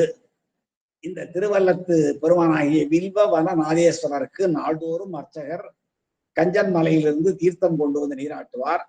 அங்கே கஞ்சன் மலையிலிருந்து ஒரு அரக்கன் அவரை நாள்தோறும் இடையூறு செய்து கொண்டே இருந்தான். அந்த இடையூற்றிலிருந்து அந்த அர்ச்சகரை காப்பாற்றுவதற்காக பெருமானுடைய வாகனமாகிய நந்திதேவர் என்ன செய்கிறார், அந்த கஞ்சன்மலை அரக்கனை 8 கூறுகளாக கிழித்தறிந்து விடுகிறார். என்றாலும் கூட அவன் எங்கே பெருமானிடம் இரவாவரம் பெற்றவையினாலே வந்து விடுவானோ என்ற அச்சத்தில் திருக்கோயில் வாயிலேயே பார்த்து கொண்டு அமர்ந்திருக்கிற நிலையில் நந்திதேவர் இருக்கிறார். அங்கே பாதாளேஸ்வரர் என்ற திருத்தலம் ஒரு பகுதி இருக்கிறது. இன்னும் ஒரு துறவி ஒருவர் பலாமரத்தின் கீழ் இருந்து தவம் செய்து அருள் பெற்ற காட்சியை நாம் இன்றும் பார்க்கலாம். 3 பெரிய திருச்சுற்றுகள், மிக அழகான திருக்கோயில், மிக அழகான திருக்கோயில், 3 பெரிய திருச்சுற்றுகள், மிகப்பெரிய 5 நிலை ராஜகோபுரம். ஏனென்றால் சில ஆண்டுகளுக்கு முன்பு நாங்கள் எல்லாம் நேராக பார்த்து தரிசித்த தலம் இந்த தொண்டை நாட்டு தலங்கள் எல்லாம். அதுல இந்த திருவல்லம் ஒன்று. அது வில்வவனமாக ஒரு காலத்தில் இருந்தாலே இறைவனுக்கு பெயர் வில்வவன நாதேஸ்வரர் என்னும் திருப்பெயர் அவருக்கு இருந்தது. இறைவியனுடைய திருப்பெயர் வல்லாம்பிகை அல்லது தானுமத்தியாம்பாள் என்னும் திருப்பெயரோடு அம்மையார் விளங்குகிறார். இறைவன் சுயம்பு மூர்த்தி என்ற செய்திகளை எல்லாம் நாம் தல வரலாற்றின் வாயிலாக, தல குறிப்புகளை பற்றிய செய்திகளை நாம் அறிய முடியும். அப்படிப்பட்ட திருவல்லம் 3 சிறப்புகளை உடையது. ஒன்று, தீக்காளி என்னும் அந்தனர் அவுணருக்கு, தீக்காளி அவுணருக்கு தீது நீங்கிட திருமால் கையிலே இருக்கிற சக்கராயுதத்தினாலே தனக்கு தீமை நேர்ந்துவிடும் என்று அஞ்சி பெருமானை தஞ்சமடைந்து அவரிடம் தவம் இருந்தான். எனவே அவனை அந்த திருமாலுடைய சக்கரத்தால் கொல்லப்படாமல் காப்பாற்றி அந்த வில்வானநாதர் அருள் புரிந்தார். அதான் நாதர் அருள் புரிந்தது ஒன்று. இரண்டாவது, நல்வினை பயன் செய்ததனாலே 2 மாதர்கள் தோன்றினார்கள் ஒரு அந்தணனுக்கு. அப்படிப்பட்ட அந்தணனுடைய மரபிலே வந்தவர்கள் மறையவர்கள், அவர் வாழ்கின்ற வல்லம் 2வது காரணம். 3வது, அங்கே பூதி சாதனம், விபூதி ஆகிய திருநீரும் சைவத்தின் அடையாளமாக சாதனமாக விளங்குகிற கண்டிகையும் மும்மையால் உலகாண்ட மூர்த்தியில் பார்த்திருக்கிறோம். சைவ சமய சாதனங்கள் அவர் மும்பை என்பது சடாமுடி, திருநீரு, உருத்தராக்கம் என்று சொல்வார்கள். ஆனால் சடாமுடியும் இல்லையா, கவலைப்பட வேண்டாம். திருநீரு, உருத்தராக்கம், திரு ஐந்தெழு, இதுதான் சைவ சமய சாதனங்கள். இந்த பூதி சாதனம் போற்றிய பொறுப்பினால் அந்த திருவல்லம் மிகச் சிறப்பாக விளங்குகிறது என்று இந்த 30வது பாடலிலே சொன்னவர் 31வது பாடலிலே திருமால் பேரு என்னும் திருத்தலத்தை பற்றி சொல்கிறார். திருமால் பேரு இங்க நம்முடைய திருவிழிமலருடைய வரலாறு அங்க அப்படியே பார்க்கலாம். திருமால் பேரு என்ற ஊர்ல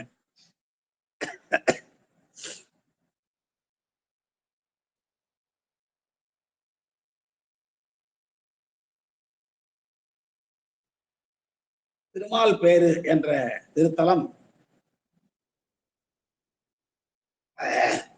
அது பாராட்டங்கரையில் இருக்கிற திருத்தலம் தான். புகை வேண்டிய நிலையம் இருக்கிற திருத்தலம். அந்த திருமால் பேரை பற்றிய சில செய்திகளை சொல்லிவிட்டு நான் இந்த பாடலுக்கு போகிறேன். அது நாம் முன்னாடி பார்த்த திருவல்லம் 10வது திருத்தலம் என்றால் இது தொண்டை நாட்டு 11வது திருத்தலம். ஆனால் இன்றைய மக்கள் வழக்கில் இது திருமால் பேரு என்று சொல்லாமல் திருமால் பூர் என்று வழங்குகிறார். இந்த கடைவீதிகள் எல்லாம் பார்த்தோம்னா எல்லா விளம்பர பலகைகளிலேயும் திருமால் பூர் என்றுதான் இருக்கிறது. திருமால் பேரு என்ற பெயரே இல்லை. அது அரக்கோணம் இருப்பு பாதை, அரக்கோணம் காஞ்சிபுரம் இருப்பு பாதையில இருக்கிற ஒரு திருத்தலம். காஞ்சியிலிருந்து ஒரு 12 கிலோமீட்டர் தூரத்திலும், அரக்கோணத்திலிருந்து 15 கிலோமீட்டர் தூரத்திலும், இந்த 2க்கும் இடைப்பட்ட தலமாக விளங்குகிறது திருமால் பேரு. அதுக்கு வடமொழியிலே ஹரி சக்கரபுரம், திருமால் பேரு. திருமால் அங்கே பெருமானை வேண்டி சக்கரம் பெற்றதனாலே ஹரி சக்கரபுரம் என்ற பெயர் உண்டு. நம்முடைய திருவழிமலல் எப்படி சொல்லுகிறார்களோ அதை போல நாள்தோறும் 1000 தாமரை மலர்களை கொண்டு பெருமானை வழிபாடு செய்ய, சக்கரம் வேண்டி வழிபாடு செய்ய, ஒரு நாள் ஒரு மலர் குறைந்து போக தன்னுடைய கண்ணையே தாமரை மலராக பெருமானுடைய திருவடிகளில் சமர்ப்பித்ததனாலே மகிழ்ந்து போன பெருமான் அவருக்கு சக்கராயுதம் வழங்கினார் என்ற வரலாறு எப்படி திருவழிமலையில் சொல்லப்படுகிறதோ அப்படியே சொல்லப்படுகிறது அந்த திருமால் பேரு என்ற திருத்தலத்தில். சுவாமியினுடைய சன்னதியில நேரா, சுவாமிக்கு நேரா திருமால் நின்று கொண்டிருக்கிறார்.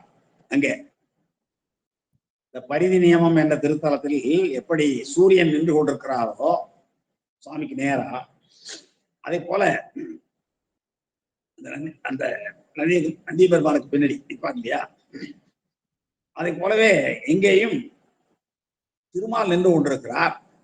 சுவாமிக்கு அபிஷேக ஆராதனைகள் எல்லாம் முடிந்த உடனே அந்த சிவாச்சாரியார் இந்த நின்று கொண்டிருக்கிற திருமாலுக்கு தீபாராதனை காட்டுகிறார். நமக்கெல்லாம் வழிபாடு செய்கிற நமக்கெல்லாம் ஜடாரி சாத்தி தீர்த்தம் வழங்குகிற நிலை என்றும் அங்கே திருமால் கூறிலே நடைபெறுவதை நாம் அறியலாம். அப்படிப்பட்ட சிறப்புடைய தலம் அது. இதுவும் வேலூர் மாவட்டத்தில் இருக்கிற ஒரு தலம் தான். இறைவனுடைய பெயர் மணிகண்டீஸ்வரர், இறைவனுடைய பெயர் அஞ்சனாட்சி என்பது. தீர்த்தம் சக்கர தீர்த்தம். ஏனென்றால் இந்த சக்கரம் பெற்றதனாலே அந்த திருத்தலத்துக்கு அந்த தீர்த்தத்துக்கு அப்படி பெயர் வந்தது. இங்கே ஞானசம்பந்த பெருமானும் திருநாவுக்கரசு சுவாமிகளும் பட்டினத்தடிகளும் பாடிய திருமுறைப்பாக்கள் கிடைத்திருக்கின்றன. ஒன்று, ஞானசம்பந்த பெருமான் முதல் திருமுறையில 2 பதிகங்களையும், நாவுக்கரச பெருமான் 4, 5, 6 எல்லா திருமுறைகள்லையும், அதாவது திருநேரிசை, திருவிருத்தம், திருக்குறுந்தொகை, திருத்தாண்டகம் எல்லாவற்றிலும் பாடியிருக்கிறார் நாவுக்கரச பெருமான். அப்புறம் திரு ஏகம்பம் உடையார் திரு அந்தாதி என்று 100 பாடல்களை உடைய 11ஆம் திருமுறையில் பட்டினத்தடிகள் பாடிய ஒரு நூல். பட்டினத்தடிகள் பாடியதாக 5 நூல்கள் 11ஆம் திருமுறையிலே தொகுக்கப்பட்டுள்ளன. அதிலே ஒன்று திரு ஏகம்பமுடையார் திரு அந்தாதி, 100 பாடல்களை உடையது. காஞ்சிபுரத்தில் எழுந்தருளி இருக்கிற ஏகாம்பரநாதரை பற்றி பாடியது. அந்த ஏகம்பமுடையார் திரு அந்தாதியிலே ஒரு பாடலில் இந்த திருவல்லம் இல்ல திருமால் பேரு எனும் திருத்தலத்தை பற்றி, பெருமானை பற்றி பாடியிருக்கிறார், குறிப்பிட்டிருக்கிறார் என்ற செய்தி 11ஆம் திருமுறையில் நாம் பார்த்து அறிந்து கொள்ளலாம். இப்படி பல செய்திகளை நாம் அறிய முடிகிறது.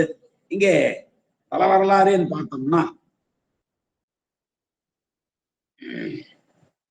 சலந்தரனை அழிப்பதற்காகத்தானே பெருமானாலே சக்கராயுதம் உருவாக்கப்பட்டது. உங்களுக்கு எல்லாரும் தெரியும் சலந்தரன் வதம். அப்ப என்ன பண்ணா, அந்த ததீசி முனிவர் என்ற ஒரு முனிவர், அவர் மிகப்பெரிய ஆற்றல் மிக்க தவசீலர். அந்த பார்க்கடலை கடந்த பொழுதே தேவாசுரம் அத்தனை பேருடைய போர்க்கருவிகளை எல்லாம் தான் ஏற்றுக்கொண்டு பிறகு அதை விழுங்கி அதை முதுகுத்தண்டாக மாற்றியவர். அப்படிப்பட்ட ஆற்றல் மிக்கவர். அவருடைய ஆற்றலை உணராத திருமால் ததீசி முனிவரை இந்த சக்கராயுதத்தினாலே ஏவி கொள்ள முயல சக்கராயுதம் தன்னுடைய வலிமையை இழந்து விடுகிறது, செயலிழந்து போகிறது. அப்பொழுது பெருமானிடம் முறையிட்டு சக்கராயுதம் பெறுவதற்காக மீண்டும் 1000 தாமரை மலர்களாலே நாள்தோறும் அர்ச்சனை செய்து திருமால் சக்கரத்தை பெற்றார் என்பது இந்த தலைவரலாறு, திருவிழிமலை தலைவரலாறு போலவே இங்கேயும் சொல்லப்படுகிறது. இங்க இருக்கிற மூலவரும் தீண்டா திருமேனிதான். நிறைய தொண்டை நாட்டு திருத்தலங்களிலே பல திருத்தலங்களில் நான் முன்பே சொன்னது போல தீண்டா திருமேனிகள் நிரம்ப உண்டு. நிறைய செய்திகளை குறிப்பை நாம் பார்க்க முடிகிறது. அதுல மிகச் சிறப்பாக குறுந்தொகையில ஒரு பாடம், நம்முடைய நாவுக்கரச பெருமான் பாடியிருக்கிற குறுந்தொகையில் 5ஆம் திருமுறையில் ஒரு அருமையான பாடம். அதுல ஒரு அருமையான ஒரு செய்தியை சொல்லுவார். அறிவியலராயினும் ஏதும் ஒன்றும் அறிவியலராயினும், ஒன்னும் உங்களுக்கு தெரியல கவலையே படாதீங்கிறார் நாவுக்கரசர். ஏதும் ஒன்றும் அறிவியலராயினும் ஓதி அஞ்செழுத்தும் உணர்வார்கட்கு. வேற ஒண்ணும் வேண்டாம், ஒண்ணும் எனக்கு தெரியாதுங்க, எனக்கு திருமுறை தெரியாது, புராணங்கள் தெரியாது, இதிகாசங்கள் தெரியாது, சிவமகா புராணங்கள்ல வர்ற செய்தி எதுவுமே எனக்கு தெரியாது, கவலையே படாதீர்கள் என்கிறார் நாவுக்கரசர். என்ன சொல்றாரு? அஞ்செழுத்தை ஓதுங்கள், ஏதும் ஒன்றும் அறிவிலராயினும் ஓதி அஞ்செழுத்தும் உணர்வார்கட்கு வேதம் இன்றி அவரவர் உள்ளத்தே மாதுந்தாமும் மகிழ்வர் மால் பேரரே என்கிறார். திருமால் பேரர், திருமால் என்னும் திருத்தலத்தில் எழுந்துள்ளிருக்கிற மணிகண்டீசர் பஞ்சராட்சி என்னும் அம்மையோடு உங்களுடைய உள்ளத்திலே வந்து அப்படியே இருவருமாக தோன்றுவார்கள். உங்களுக்கு எதுவும் தெரிய வேண்டாம், எங்களுக்கு திருமுறை தெரியாது, சைவ இலக்கியங்கள் தெரியாது, புராணங்கள் தெரியாது, கவலையே படாதீர்கள், திருவைந்தெழுத்தை ஓதி உணருங்கள்.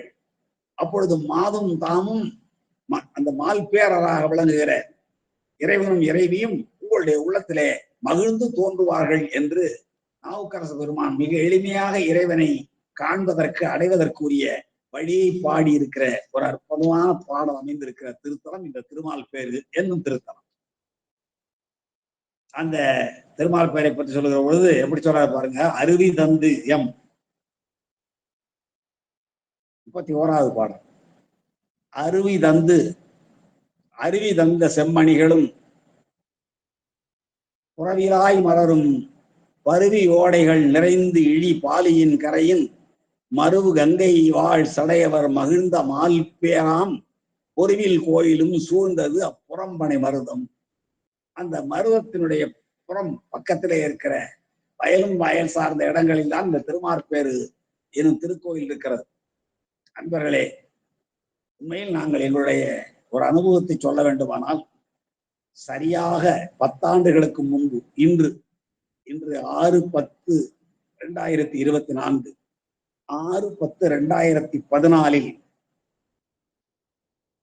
மிகச் சரியாக நான் சொல்லுகிறேன், 5ஆம் தேதி நாங்கள் எல்லாம் அங்கே இந்த அக்டோபர் 5ஆம் தேதி காலையில் திருவல்லம் தரிசித்து விட்டு அதன் பின்னாலே திருமால் பேரு என்னும் இந்த திருத்தலத்தை தரிசித்து விட்டு அதன் பின்னாலே திருவிற்கோலம் என்னும் தலத்திற்கு போய் வழிபாடு செய்துவிட்டு மாலையிலே திருப்பாசூர் பின்னாலே பார்க்க இருக்கிறோம். திருப்பாசூர், அந்த திருப்பாசூர் என்னும் திருத்தலத்தில் வழிபாடு செய்து நிறைவாக திருவாலங்காடு சென்று விட்டு அங்கே அர்த்தஜாம வழிபாடை எல்லாம் முடித்துக் கொண்டு மயிலாடுதுறை நோக்கி திரும்பி வந்து கொண்டிருக்கிற நேரத்தில் எங்களை எல்லாம் அழைத்து சென்ற எங்களுடைய மதிப்பிற்குரிய திருவாளர் முருகானந்தம் என்பவர், அவர்தான் அந்த சுற்றுலா பயணத்தை, அந்த தலப்பயண யாத்திரையை ஏற்பாடு செய்தவர். பல முறை அவர் பல அன்பர்களை அழைத்து சென்றிருக்கிறார்.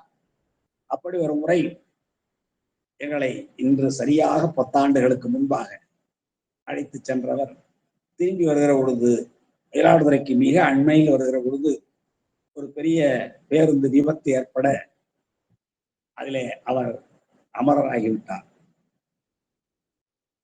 இங்கே இந்த அரங்கத்தில் இருக்கிற அம்மையார் அவர்கள், திலகவதி அம்மையார் அவர்கள் அன்று எங்களோடு தலப்பயணம் வந்திருந்தார்கள். எதிர்பாராத விதமாக அவர்கள் திருப்பாசூர் வழிபாடு நிறைவு செய்து முடித்ததற்கு பிறகு சென்னை சென்று விட்டார்கள். பேராசிரியர் சாமி கிருஷ்ணமூர்த்திகளோடு வந்திருந்தார். இன்னும் கூட அந்த அந்த பயணத்தின் பொழுது மறைந்து போனவர்கள் 2 பேர். ஒருவர் அமைப்பாளராகிய திருவாளர் முருகானந்தம், திருவாவடுதுறை ஆதீனத்திற்கு மிக நெருக்கமானவர். மாயூரநாதர் கோயிலினுடைய உள்துறை மணியமாக பணியாற்றியவர். மிகச்சிறந்த அன்பர். நிறைய உழவார பணிகள் எல்லாம் செய்பவர். ரொம்ப சைவ தமிழ் கூட்டங்களை, திருமுறை கூட்டங்களை எல்லாம் நடத்தியவர். ஒரு மாயூரநாதர் சிவனடியார் திருக்கூட்டம் என ஒரு அமைப்பை நடத்தி கொண்டிருந்தவர். அத்தகைய ஒரு அன்பர் அவர் எங்களை எல்லாம் அழைத்து சென்றார். இந்த தொண்டை நாட்டு தலங்கள் 16 தலங்களை நாங்கள் பார்வையிட்டோம். 4ஆம் தேதியும் 5ஆம் தேதியும் 16 தலங்கள், ஒரு நாளைக்கு 8 தலங்கள் வீதம், காலையில் 4 மாலையில் 4ஆக 8 தலங்கள் வீதம் 16 தலங்களை எங்களுக்கு காட்டினார். திரும்பி திருவாலங்காட்டிலே அர்த்தஜாமத்தை முடித்துக் கொண்டு நாங்கள் மயிலாடுதுறை திரும்பி வருகிற நேரத்தில் இன்னும் ஒரு 10 மணித்துளிகள் ஆயிருந்தால் நாங்கள் மயிலாடுதுறை வந்திருக்க முடியும். ஆனால் எதிர்பாராத நிகழ்ச்சியாக ஒரு விபத்து ஏற்பட்டு அந்த விபத்திலே பெருங்காயமுற்ற அவர் அன்றே அவர் அமரராகிவிட்டார். அதனாலே அந்த பசுமையான நினைவுகளை நன்றாக இந்த திருத்தலங்கள் எல்லாம் நினைவில் இருப்பதற்கு மிக முக்கியமான காரணம், இன்றைக்கு நான் அவருடைய நினைவு நாள். இதே 6/10/2014 தான் அவர் அமரரானார். சரியாக 10 ஆண்டுகள். அப்பொழுதுதான் நாங்கள் இந்த திருமால் பேரு, அங்கெல்லாம் அவருக்கு கிடைத்த வரவேற்பு, அவரால் நாங்களெல்லாம் எவ்வாறு கௌரவிக்கப்பட்டோம். அந்த பயணம் செய்தவர்கள், தல யாத்திரை செய்தவர்கள் ஒரு 40-45 பேர் இருப்போம் நினைக்கிறேன். அத்தனை பேரையும் அங்க இருக்கிற தொண்டை நாட்டு அடியவர்கள், தொண்டை நாட்டை சார்ந்த சிவனடியார் திருக்கூட்டத்தை சார்ந்தவர்கள், சில தனி நபர்கள் மிக அருமையாக வரவேற்று உபசரித்து, அப்போதுதான் நாங்கள் அந்த திருவாளர் முருகானந்தம் அவர்களுடைய பெருமை, தமிழகத்தில் இருக்கிற சிவனடியார்கள் இடத்தை எவ்வளவு, அதே போல எங்கு போனாலும், அது கொங்கு நாட்டு தரத்துக்கு சென்றாலும் சரி, பாண்டி நாட்டு தரத்துக்கு போனாலும், காவிரி வடகரை தென்கரை தலங்கள் எங்கு போனாலும் அதை போன்ற வரவேற்பை பெற்றிருக்கக்கூடிய அன்பர் அவர். அவருடைய நினைவு நாளில் இந்த திருமால் பேரு, திருப்பாசூர், திருவல்லம் ஆகியவற்றையெல்லாம் சிந்திக்கிற ஒரு வாய்ப்பு தெய்வ சங்கல்பமாக கிடைத்தது என்று நான் கருதுகிறேன். அப்படிப்பட்ட திருத்தலங்களிலே ஒன்றுதான் இந்த திருமால் பேரு. சொல்ற அருவி தந்த செம்மணிகள். அந்த அன்பர் மிக பெரும் சிவ தொண்டர். நல்ல சிவாலயத்திலே 6 கால பூஜையும் செம்மையாக நடைபெற வேண்டும் என்று கருதுபவர். நம்முடைய ஆதீனத்தில் இருக்கிற சன்னிதானங்களுக்கெல்லாம் மிக வேண்டியவர். கோயில்ல உள்துறை மணியமாக பணியாற்றியவர். திருக்கோயில் வழிபாடு 6 கால பூஜையும் மிகச் செம்மையாக நடைபெற வேண்டும் என்று விரும்புபவர். அதை போலவே எம்போன்றார்களை எல்லாம் அழைத்து நாயன்மார்களுடைய குரு பூஜை திருநாளின் பொழுதெல்லாம் அவருடைய வரலாற்றை பேச செய்தவர். தொடர்ந்து 4-5 ஆண்டுகள் நடத்தியவர். எங்களுடைய அமைப்பில் இருக்கிற அன்பர்களை கொண்டு ஒரு ஆண்டு முழுவதும் வருகிற அத்தனை நாயன்மார்களுடைய வரலாறையும் ஒருவர் தான் இதை போல 5 ஆண்டுகள் நடத்தியவர். அதற்கு மேல் அவரால் நடத்த முடியாத அளவுக்கு அவர் அமராகிவிட்டவர். அதே போலவே நம்முடைய கோமலையா அவருடைய அமைப்புகளில் சார்ந்து பல நிகழ்ச்சிகளை, திருவாதிரை நிகழ்ச்சிகளை, இல்லங்கள் தோறும் சென்று திருமுறை ஓதுகின்ற நிகழ்ச்சிகளை மிகச் செம்மையாக நடத்தியவர். திருவாதிரை தோறும் ஞானசம்பந்த பெருமானுடைய பதிகங்களை சிந்திக்கின்ற வாய்ப்பினை முதல்ல உருவாக்கியவர் அவர். இங்கே மயிலாடுதுறையில கோமல் ஓம் நமச்சிவாய அறக்கட்டளையை சார்ந்து அவர் இப்படி ஒரு அமைப்பு, அதாவது ஒரு நாளைக்கு முற்பகலில் 2 பதிகம், பிற்பகலில் 2 பதிகம் என்று முதல் ஞானசம்பந்த பெருமானுடைய தேவாரத்திலிருந்து அத்தனை திருமுறைகளையும் சிந்திக்க வேண்டும் என்ற ஒரு நிலையை உருவாக்கி செய்து கொடுத்தவர். அதே போலவே இல்லங்கள் தோறும் சென்றும் அந்த திருமுறை விளக்கங்களை செய்ய செய்தவர். எதிர்பாராத விதமாக அவர் அமரத்துவம் எய்து விட்டமையினாலே அந்த நிகழ்ச்சி அதன் பின்னாலும் அவருக்கு பின்னாலும் நடந்தது. ஆனால் இந்த பெருந்தொற்று காலத்தில் அந்த திருவாதிரை நிகழ்ச்சிகள் நின்று போயின. எல்லா நிகழ்ச்சிகளும் நின்று போனது போல அந்த திருவாதிரை நிகழ்ச்சிகளும் நின்று போயின. மார்கழி திருவாதிரை மட்டும் இப்பொழுதும் ஆண்டுதோறும் நம்முடைய கோமலையா அவர்களால், சிவச்சுடர் ஆசிரியர் தட்சிணாமூர்த்தி அவர்களால், நம்முடைய அன்பர் திருவாளர் செல்வம் அவர்களால் தொடர்ந்து மார்கழி திருவாதிரையில் மட்டும் காலை முதல் இரவு வரை நிகழ்ச்சிகள் நடைபெற்றுக் கொண்டிருப்பதை, மயிலாடுதுறை நடைபெற்றுக் கொண்டிருப்பதை நம்முடைய அன்பர்கள் அறிந்திருக்கக்கூடும். இடைமருதீசன் சாத்திர குழுவை சார்ந்திருக்கிற அன்பர்களுக்கு வேண்டுமானால் புதிய செய்தியாக இருக்கலாம். ஆனால் மற்ற இங்கே ஓம் நமச்சிவாய அறக்கட்டளை சார்ந்த அன்பர்கள், மயிலை சைவ சித்தாந்த சபையை சார்ந்த அன்பர்கள் அனைவருக்கும் தெரிந்த நிகழ்ச்சி தான் இவையெல்லாம். இடைமருதீசன் சாத்திர குழுவை சார்ந்த நண்பர்கள் நிரம்ப பேர் அவர்கள் தான் இருக்கிறார்கள். அவர்களுக்கெல்லாம் இந்த தகவல் புதிய தகவலாக இருக்கும் என்பதற்காகத்தான் இவற்றையெல்லாம் நான் இப்பொழுது இந்த பாடலுக்கு இடையே சொல்லிய ஒரு நிலை வந்தது. அந்த வகையில் இந்த திருத்தல யாத்திரை பலமுறை நம்முடைய அன்பர்களை அழைத்து சென்றவர். குருநானந்தம் அவர்கள் பலமுறை அழைத்து சென்றவர்.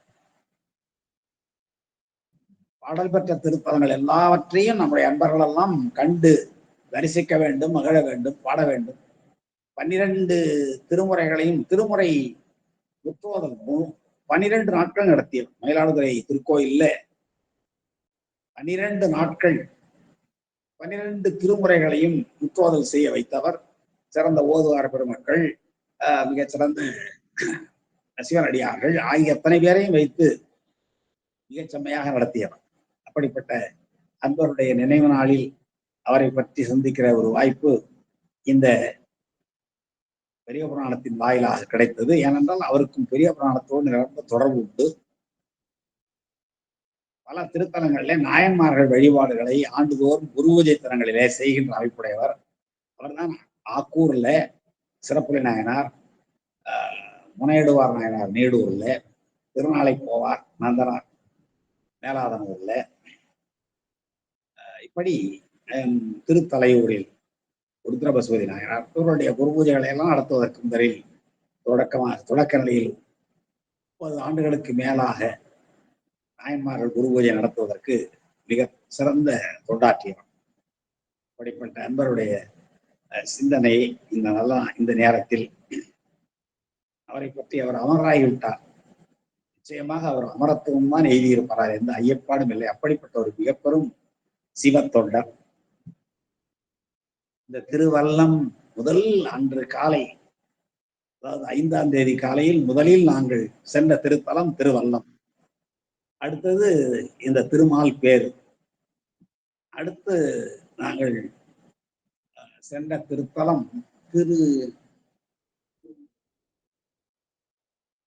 அந்த உடும்பு வடிவில் ஒரு இறைவன் எழுந்திருப்பார், உடும்பீசன்.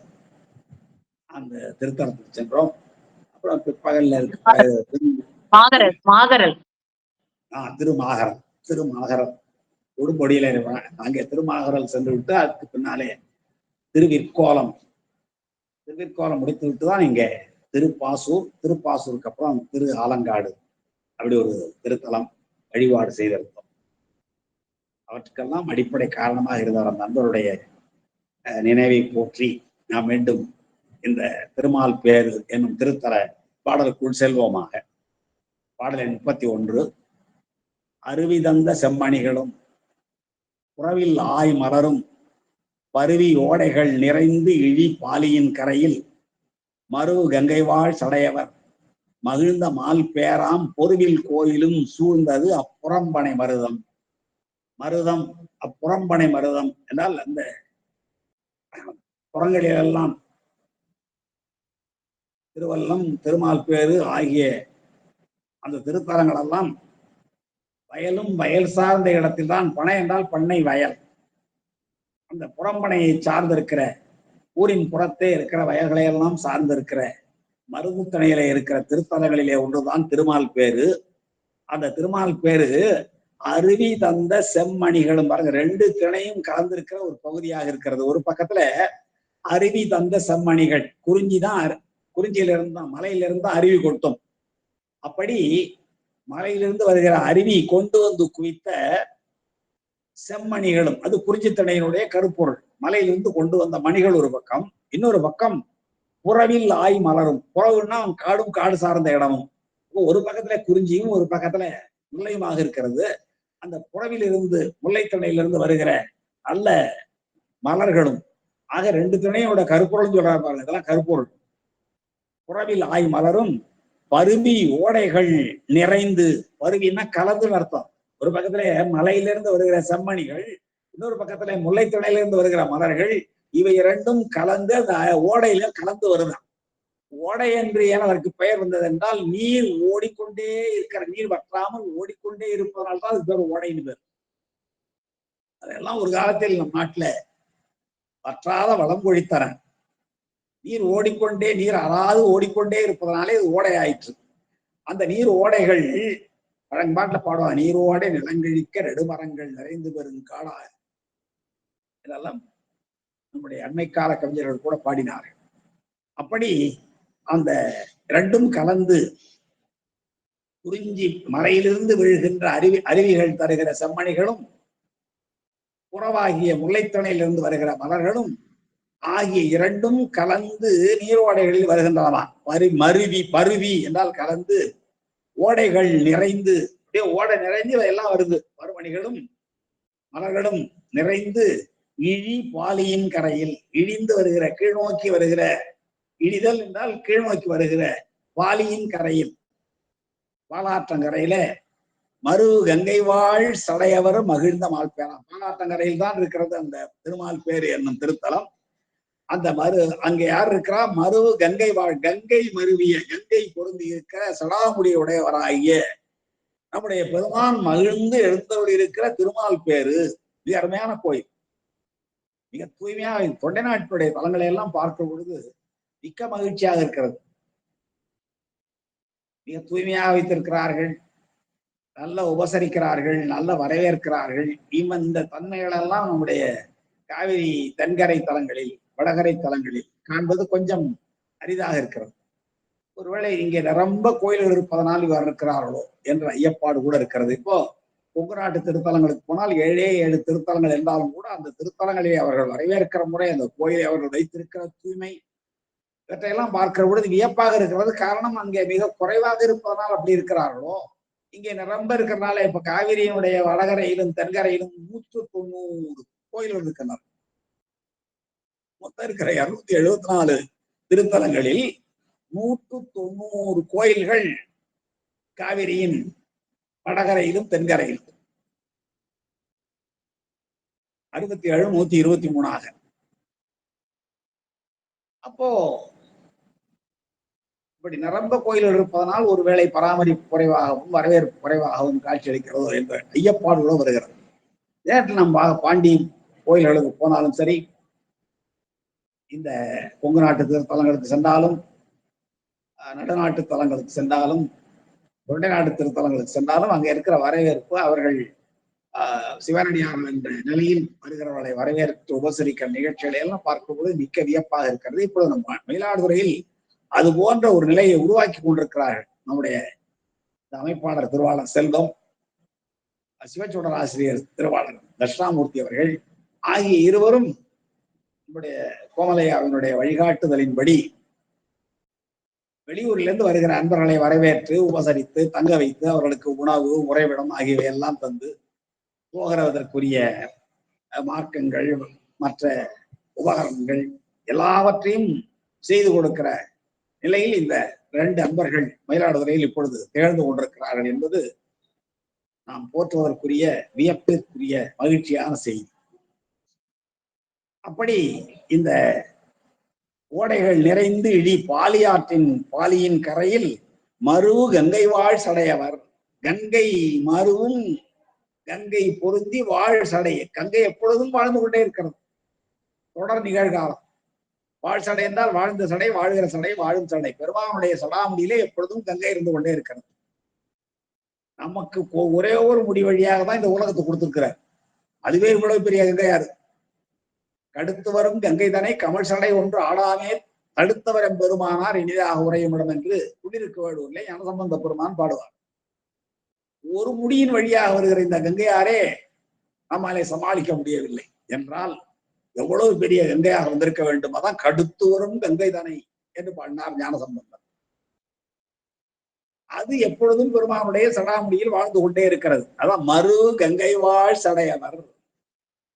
கங்கை வாழ்ந்து கொண்டே இருக்கிற சடையுடைய பெருமானாகிய அந்த மணிகண்டீசர் மகிழ்ந்த மால் பேரும் மகிழ்ந்து எழுந்தருளி உயிர்களுக்கெல்லாம் அருள் பாலித்துக் கொண்டிருக்கிற திருமால் பேரும் என்னும் திருத்தலமும் ஒருவில் கோயிலும். அது ஒப்பற்ற கோயில். அந்த கோயிலையும் உடையது மருதத்தினுடைய புறம்பண்ணை. மருதப்புறத்திலே இருக்கிற இடங்களில், வயல் சார்ந்த இடங்களில், பாலியாற்றங்கரையில் இந்த அழகான கோயிலும் ஒருவில் கோயிலும் என்றால் ஒப்பற்ற ஒரு திருக்கோயிலும் அமைந்திருக்கிற தலம்தான் இந்த திருமால் பேரு. அது மருதத்தின் புறத்தனையில் இருக்கிறது என்று, புறம்பனையில் இருக்கிறது என்று இந்த 31வது பாடல் சொல்கிறது. அடுத்து 32வது பாடல் திருப்பாசூர். மிக அருமையான திருத்தலம். பாசு என்றால் மூங்கில் அர்த்தம். மூங்கிலின் அடியில் பெருமான் எழுந்துருளி இருந்ததாலே அவருக்கு பாசூர்நாதர் என்று பெயர். அந்த ஊருக்கு பாசூர் என்று பெயர். மிக அருமையான தலம், மிகப்பெரிய கோயில்.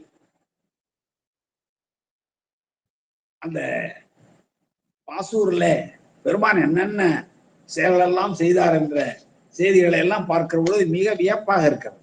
அதாவது இந்த திருத்தலத்துல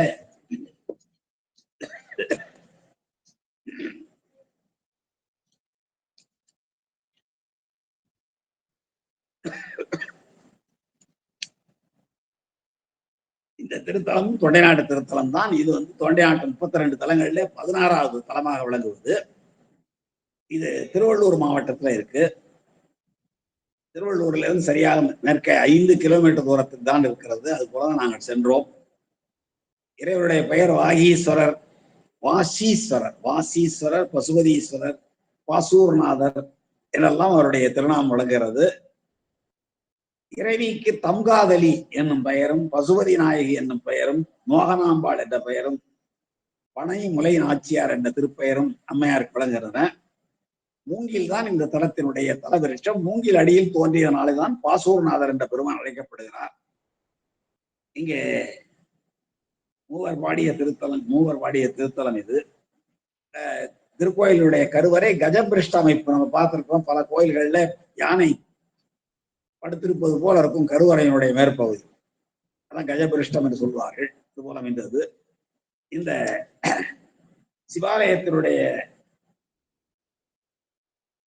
மூலவராகிய பெருமான் மூங்கில் புற்றில் ஒரு பால் சொரிந்ததை வேடர்கள் பார்த்தார்கள். மூங்கில் புற்றில் போய் ஒரு பசுமாடு பால் கறந்து கொண்டே இருந்தது, பாலை சொரிந்து கொண்டே இருந்தது. அங்கே வேடர்கள் சென்று வெட்டி பார்த்த பொழுது இந்த சிவலிங்கம் வெளிப்பட்டதாக வரலாறு குறிப்பிடுகிறது. இந்த தலை இறைவனை திருமால் லிங்க வடிவில் வழிபட்டு அவர் மது கைடவர் என்ற 2 அரக்கர்களை கொண்டிருந்தார். அந்த கொன்ற பழியிலிருந்து இந்த திருத்தலத்து இறைவனை லிங்க வடிவில் வழிபட்டு திருமால் அந்த தோஷம் நீங்க பெற்றார் என்ற தல வரலாறு குறிப்பிடப்படுகிறது. இத்தலத்து சிவபெருமானுக்கு எண்ணெய் காப்பு செய்யப்படுவதில்லை.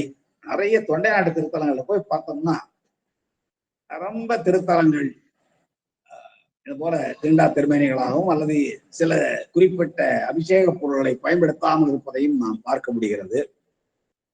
அப்போ கரிகார் சோழன் மீது பகை கொண்ட ரொம்ப பழமையான கோயில் இந்த கோயில். கரிகால் சோழன் மீது பகை கொண்ட சமணர்கள் ஒரு குடத்தில் பாம்பை வைத்து கரிகாலனிடம் அனுப்புகிறார்கள். அந்த பாம்பை திறந்து அந்த குடத்தை திறந்தால் அந்த பாம்பு மிக மிக கொடிய நச்சு பாம்பு ஒன்றை அனுப்புகிறார்கள் கரிகாலனை கொள்வதற்காக சமணர்கள். அப்ப சமன் அந்த கரிகாலன் சிவபக்தன், எனவே அவனை காப்பாற்றுவதற்காக நம்முடைய பெருமான் பாம்பாட்டி வடிவிலே சென்று கரிகாலனை காப்பாற்றினார் என்ற ஒரு தல வரலாற்று செய்தி. இந்த தல வரலாற்று செய்தியை அந்த நாவுக்கரசருடைய பதிகத்தில் கூட நாம் பார்க்க முடியும். அதோடு மட்டுமல்லாமல் இந்த இடத்துல ஒரு கோயில் அமைக்க கரிகாலன் விரும்பிய பொழுது அவன் மீது பகை கொண்ட ஒரு கொள்ளில மன்னன் ஒருவன் தன்னுடைய உபாசன மூர்த்தியாகிய காளியை கரிகாலன் மீது ஏவ பெருமான் இதை அறிந்து நந்தி தேவரை அனுப்பி காளியினுடைய கோபத்தை அடக்கினார் என்ற ஒரு குறிப்பையும் இந்த தல வரலாற்றின் வாயிலாக நாம் அறிய முடிகிறது. இப்படி பல செய்திகளை இந்த திருப்பாசூர் என்னும் திருத்தலம் பெற்றிருக்கிறது என்ற செய்தியை நாம் அறிகிறோம்.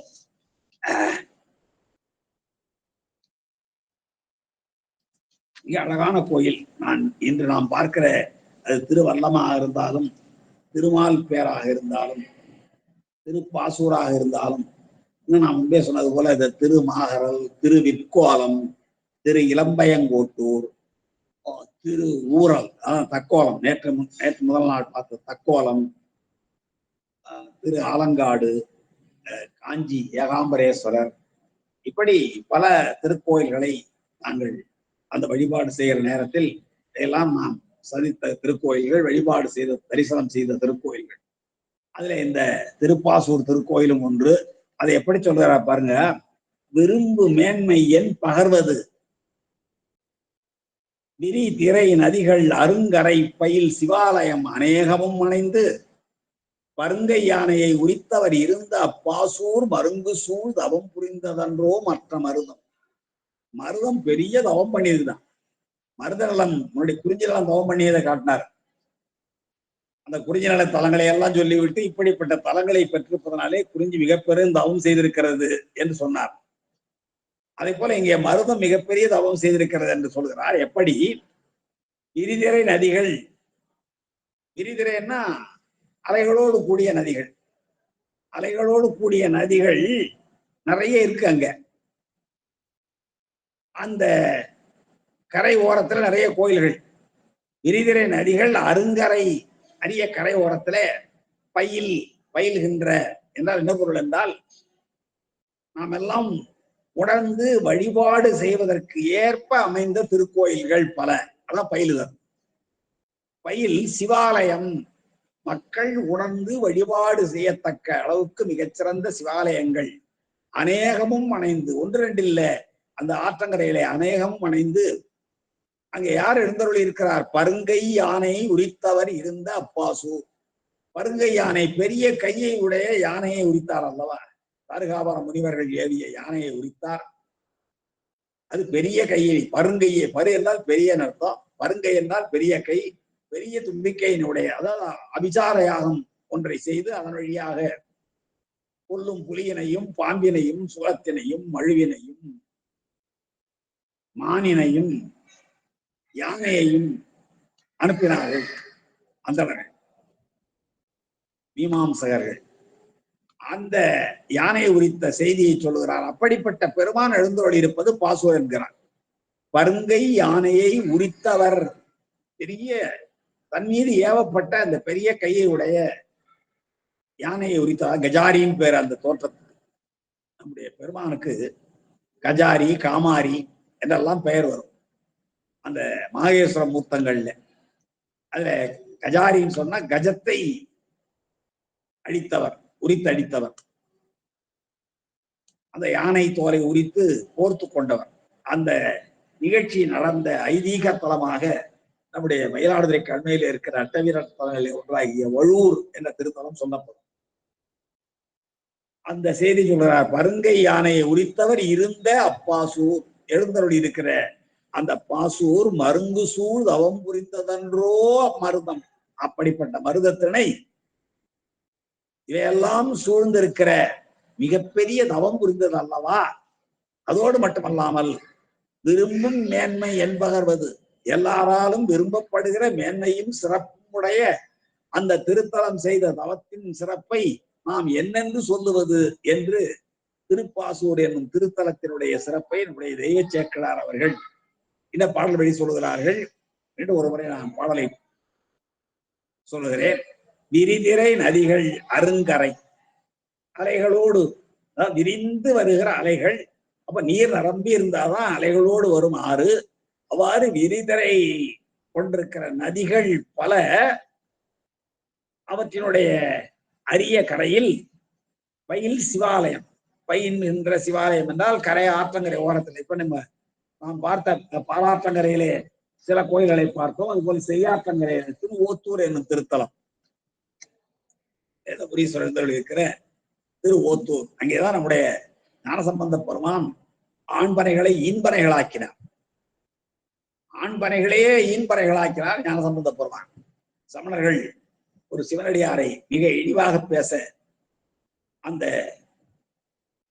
அடியவர் ஞானசம்பந்த பெருமானிடம் முறையிட இந்த பனைகளெல்லாம் காய்க்கவில்லை என்ற அந்த ஊருக்கு திருத்தலமே பனைமரம் தான். திருக்கோயிலுக்குள்ளேயே பனைமரம் இருப்பதை பார்க்கலாம் திருஓத்தூர்ல.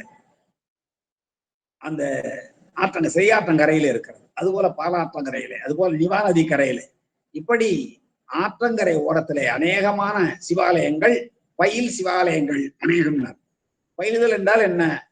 மக்கள் உணர்ந்து வழிபாடு செய்வதற்கு ஏற்ற சிவாலயங்கள் பல அநேகமும் அணைந்து பருங்கை யானை உரித்தவராகிய நம்முடைய பெருமான் எழுந்தருள் இருக்கிற அந்த திருப்பாசூர் என்னும் திருப்பாசூரும் மருந்து சூழ்ந்து பக்கத்திலே விளங்க என்னதவம் புரிந்ததோ அந்த மருதம், அது நம்முடைய எல்லாராலும் பாராட்டப்படுகிற மேன்மையும் பெருமையும் உடையது என்று இந்த 32வது பாடல்ல சொல்லுகிறார். இந்த செய்திகளை எல்லாம் ரொம்ப நாம் திருப்பாசூர் பதிகங்களிலே அறியலாம்.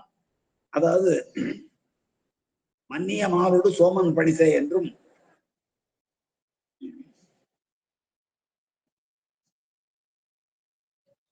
பல திருப்பதிகங்கள் நாவுக்கரச பெருமானும் ஞானசம்பந்த பெருமானும் பாடியிருக்கிற திருத்தலங்களிலே பாசூரை பற்றிய குறிப்புகள் பல காணப்படுகிறது.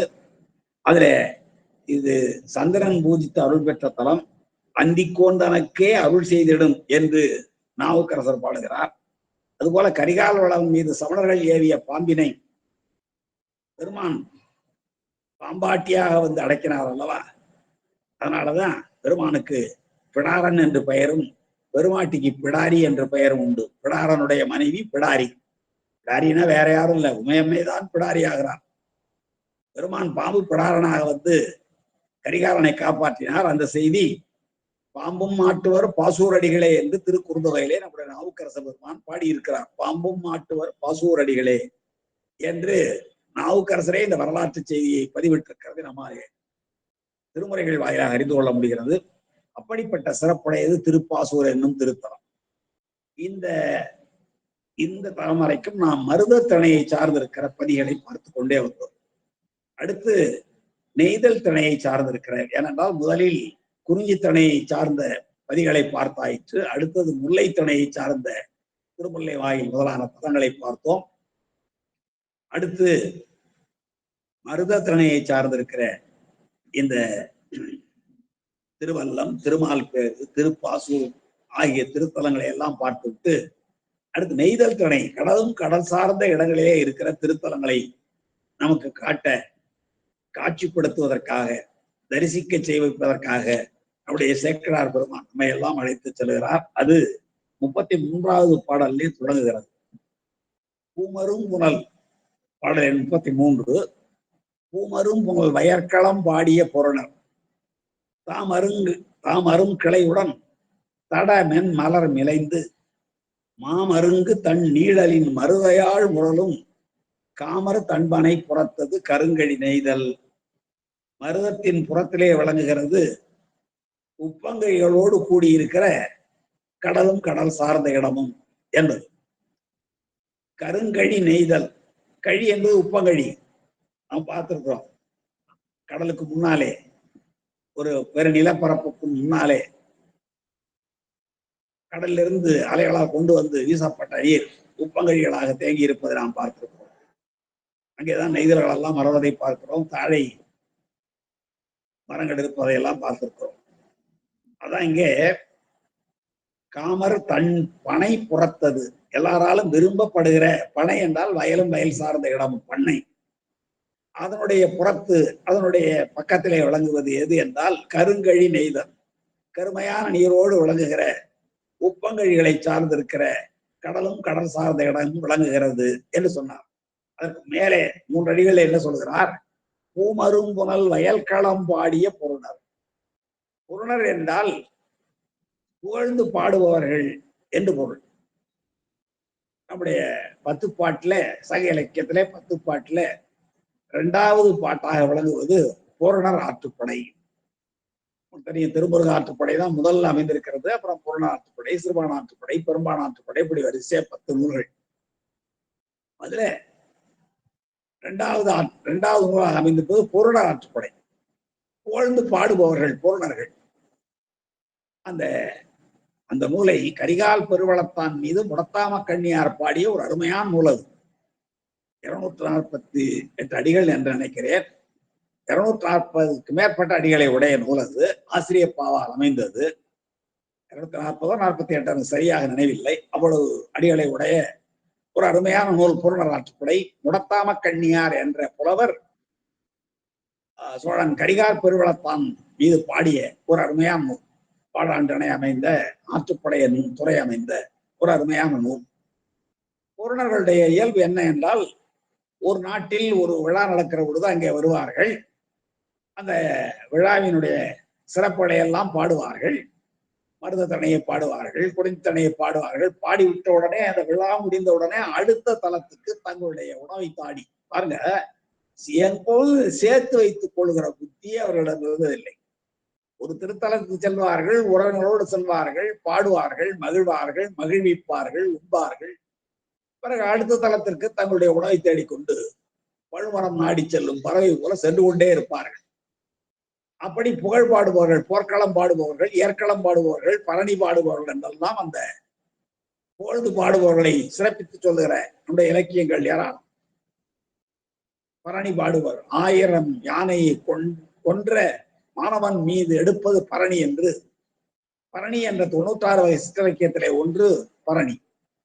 அந்த பரணி பாடுபவர்கள், அதை போலவே போர்க்களத்தை பற்றி பாடுபவர்கள், ஏற்களம் என்றால் உழவு தொழில், வயலும் வயல் சார்ந்த இடமாகிய மருதத்தணையின் சிறப்புகளை பாடுபவர்கள் ஆகிய பூரணர்கள், அவர்களை பற்றிய குறிப்பு இந்த பாடலில் சொல்லப்படுகிறது.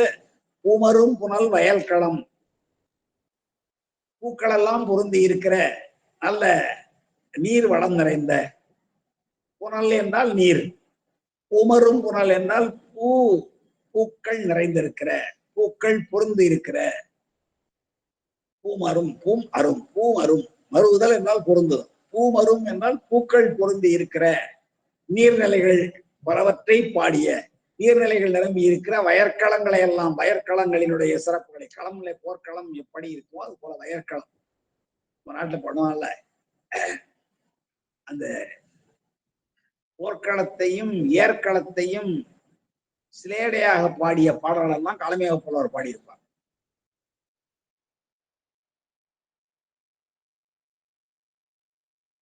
அங்கே வைக்கோல் போரடிக்கப்படும், இங்கே போர்க்களத்தில் இயர்கள் அடிக்கப்படுவார்கள் என்ற செய்தியை களமையாக புலவர். இந்த பாடல் எனக்கு உடனடியே நினைவு வரவில்லை. அப்படிப்பட்ட அருமையான போர்க்களம் பாடுனார், ஏற்களம் பாடுனார், பரணி பாடுனர் என்று புகழ்ந்து பாடுபவர்களை பூரணர் சொல்வார்கள். அப்படிப்பட்ட புலவர்கள் என்ன படுகிறார்கள்? பூமரும் புனல் வயற்களம் பாடிய, பூ மருவுகின்ற, பூக்கள் பொருந்தி இருக்கிற, நீர்நிலைகள் பல நிரம்பி இருக்கிற வயற்களம், மருதத்தணையை பாடிய பொருணர்கள் தாம் அருங்கிளையுடன், சுற்றத்தோடு தான் வருவார்கள். ஒரு தணையை பாடுவார்கள், ஒரு விழாவை பாடுவார்கள், ஒரு அரசனை பாடுவார்கள். அடுத்து தங்களுடைய கிளையோடு வேறு தளத்துக்கு சென்று அங்கிருக்கிற அரசனை பாடுவார்கள், புகழ்ந்து பாடுவார்கள், அங்கே கிடைக்கிற உணவை உண்பார்கள், அடுத்து சென்று கொண்டே இருப்பார்கள். அது அந்த பூரணர்களுடைய இயல்பு.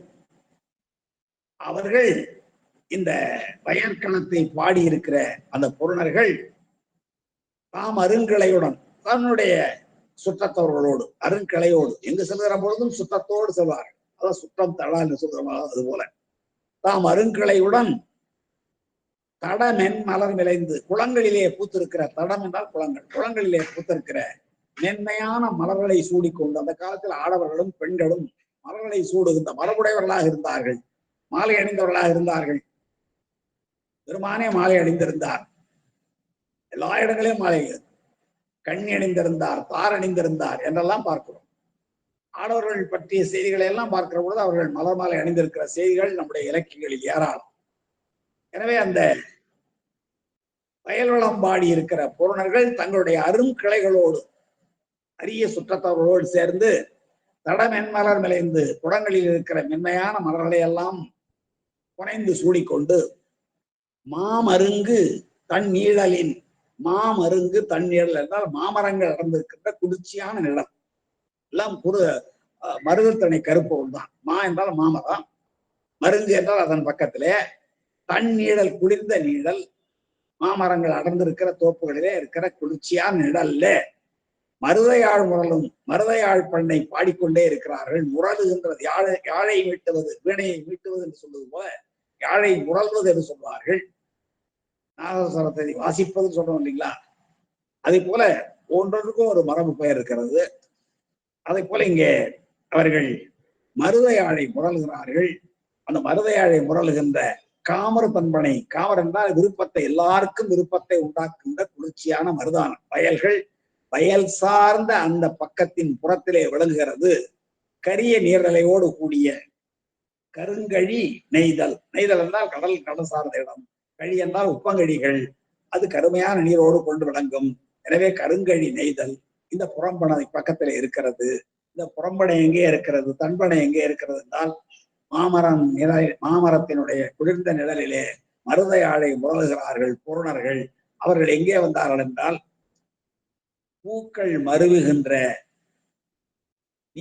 நீர்நிலைகள் நிரம்பி இருக்கிற வயற்களத்தினுடைய சிறப்புகளை பாடிய பூரணர்கள் தங்கள் அரிய கிளையோடு அரிய சுற்றத்தோடு சேர்ந்து வந்து குளங்களில் பூத்திருக்கிற மென்மையான மலர்களை தங்களுடைய கூந்தலிலே, தங்களுடைய முடியிலே, தலையிலே சூடிக்கொண்டு அதன் பின்னாலே மாமரங்கள் அடர்ந்திருக்கின்ற தோப்பு பகுதிகளே விளங்குகிற குளிர்ந்த நிழலின் கீழே அவர்கள் மருதையாழை முரண்டு கொண்டிருக்கிறார்கள், வாசித்துக் கொண்டிருக்கிறார்கள். அப்படிப்பட்ட எல்லாருக்கும் விருப்பத்தை உண்டாக்குகிற குளிர்ச்சியான வயலும் வயல் சார்ந்த இடத்தின் புறத்தை விளங்குகிறது இந்த நெய்தல் திணை என்று ரெண்டும் மருதமும் நெய்தலும் மயங்கி இருக்கிற காட்சியை நம்முடைய தெய்வ சக்கரார் அவர்கள் இந்த 33வது பாடல் வழியாக குறிப்பிடுகிறார். அடுத்து அந்த உப்பங்கழி பகுதிகளிலே நெய்தல் நிலத்திலே வாழ்கிற மக்கள் என்ன செயலை செய்கிறார்கள் என்பதை 34வது பாடலில் சொல்லுகிறார்.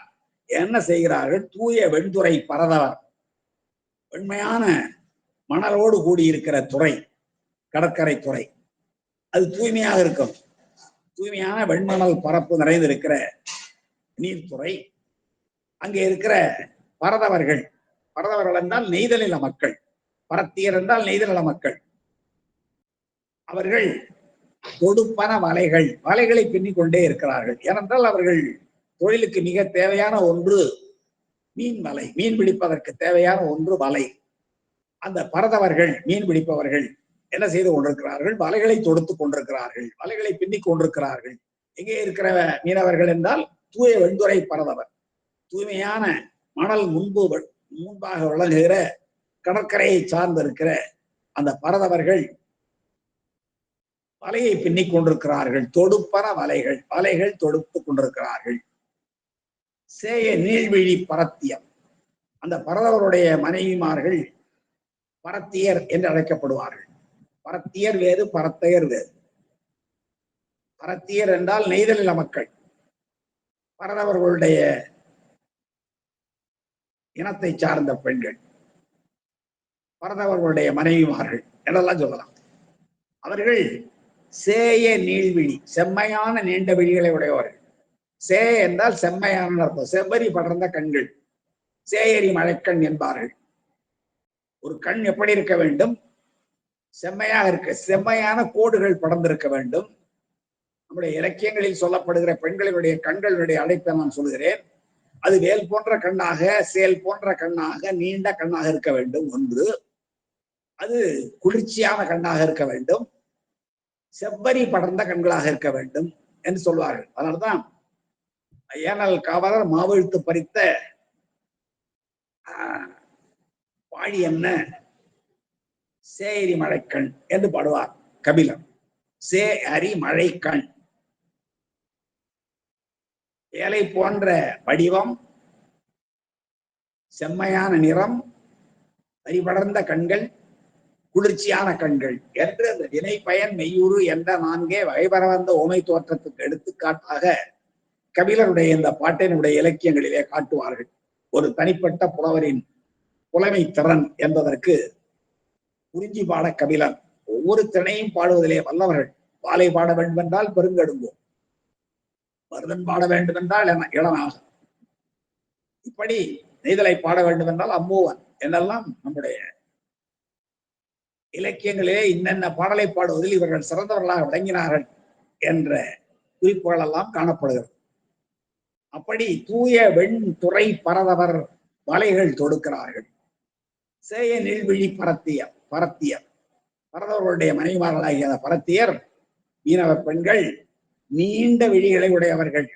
சேய நீள்விழி, செம்மையான நீண்ட விழிகளை உடையவர்களாகிய இந்த பரத்தியர் தொடுப்பன செருந்தி மலர்களை தொடுக்கிறார்கள். அவர்கள் வலையை தொடுக்கிறார்கள், இவர்கள் செருந்தி பூவை தொடுக்கிறார்கள். அடுத்து ஆய பேரளத்து அளவர்கள், பேர் அளத்து அளவர்கள், அளப்பன உப்பு. அளம் என்றால் உப்பளம், அதாவது இனமுள்ள அடைமொழி, இனமில்லாத அடைமொழி என்று சொல்வார்கள். நெல் அளம் என்று நாம் சொன்னதே இல்லை. அளம் என்றாலே உப்பு விளைவிக்கிற இடம்தான் உப்பளம். அப்ப அந்த அளம் என்ற சொல்லுக்கு அடைமொழியே தேவையில்லை என்றாலும் நம்முடைய பேச்சு வழக்கில் உப்பளம் என்று சொல்லுகிற ஒரு மரபு உண்டு. அது இனம் இல்லா அடைமொழி என்பார்கள். இப்ப எண்ணெய் குடம் என்றால் அது இனம் உள்ள அடைமொழி. காரணம் என்ன என்றால் பால் குடம் இருக்கலாம், தயிர் குடம் இருக்கலாம். எனவே அந்த எண்ணெய் குடம் என்பது இனம் உள்ள அடைமொழி. இது இனம் இல்லா அடைமொழி. உப்பளம், அளம் என்றாலே உப்பு காய்ச்சுகிற இடம்தான். அப்ப அந்த அளத்துக்கு முன்னாலே உப்பு என்ற அடைமொழி தேவையில்லை என்றாலும் நாம் உப்பளம் என்று சொல்வதனால அதை இனம் இல்லா அடைமொழி என்று சொல்வார்கள். ஏன்னா இன்னொரு நெல்லளம் என்றோ கம்பளம் என்றோ ஒரு அளம் இல்லை. அளம் என்று சொன்னாலே உப்பளம் தான். அப்படிப்பட்ட உப்பளத்திலே பெண்கள் என்ன செய்யறாங்க பாருங்க. ஆய பேரளத்து, பேரளம், மிகப்பெரிய உப்பு காய்கிற இடங்களிலே அளவர்கள், அவங்க பேர் அளவர் பேர். எப்படி பரதவர் பரத்தியர் சொல்றோமோ அதுபோல உப்பு விற்பனை செய்பவர்களை உமணர்கள் என்றும் அளவர்கள் என்றும் சொல்வது இலக்கியம். அப்படிப்பட்ட அளவர்கள் அளப்பன உப்பு அளக்கிறார்கள். அளவர்கள் என்றால் உப்பு காய வைத்து அதை பயன்பாட்டுக்காக நமக்கு தருவார்கள். உப்பென்றால் சாதாரணமாக கருதாதீர்கள். ஒரு காலத்திலே நெல்லும் உப்பும் ஒரே விலையில் விற்றன என்ற செய்தியை நம்முடைய இலக்கியங்கள் காட்டுகின்றன. நெல்லின் நேரே வெண்கல் உப்பென கொள்ளை சாற்றி என்று பழைய இலக்கியங்கள், சங்க இலக்கியங்கள் பாடும். நெல்லின் நேரே வெண்கல் உப்பு, வெண்கல் உப்பு, வெள்ளிய கல்லை போன்றிருக்கிற உப்பு நெல்லின் நேர், நெல்லினுடைய விலைக்கு சமமாகும் என்று கொள்ளை சாற்றி. கொள்ளை என்றால் விலை என்பது பொருள். சங்க காலத்திலே கொள்ளை என்ற சொல்லுக்கு விலை என்பது பொருள். இப்பொழுது கொள்ளை என்றால் வேறு பொருள். எத்தனையோ அரிய தமிழ் சொற்களினுடைய அரும்பொருள்களை எல்லாம் நாம் சிதைத்துக் கொண்டிருக்கிறோம். கொள்ளை சாற்றி என்றால் விலையை சொன்னார்களாம். எப்படி சொன்னார்களாம்? நெல் உப்பு விற்கிறவன் நெல்லின் நேரே வெண்கல் உப்பு, உப்பு விற்கிறவன் சொல்றான், உங்களிடம் நெல் இருந்தால் எங்களுடைய உப்பை ஒருபடி பெறுகிறனால் ஒருபடி நெல்லை தர வேண்டும் என்று நெல்லின் நேரே வெண்கல் உப்பென கொள்ளை சாற்றி என்று அந்த உணர்களுடைய செயலை சொல்லும் நம்முடைய சங்க இலக்கியங்கள். அதுபோல இங்க ஆய பேரளம் என்று நம் பக்கத்திலே ஒரு ஊர் இருக்கிறது. ஆனால் இங்கே பேரளம் என்றால் மிகப்பெரிய உப்பளங்கள். அங்கே அளவர்கள் அந்த உப்பை காய வைத்து அள்ளுகிற அளவர்கள் அளப்பற உப்பினை அளக்கிறார்கள். எப்படி பரதவர்கள் மீன் வலையை பின்னுகிறார்கள், பரத்தியர்கள் செருந்தி மலரை தொடுக்கிறார்கள், அளவர்கள் உப்பை அளக்கிறார்கள். இதெல்லாம் நெய்தல் திணையுடைய கருப்பொருள். நெய்தல் திணையில் இருக்கிற மக்களுடைய இயற்பெயர்கள் ஆகியவற்றை எல்லாம் சொல்லி காட்டுகிறார். அப்படி இதை வச்சாக்கலாம்.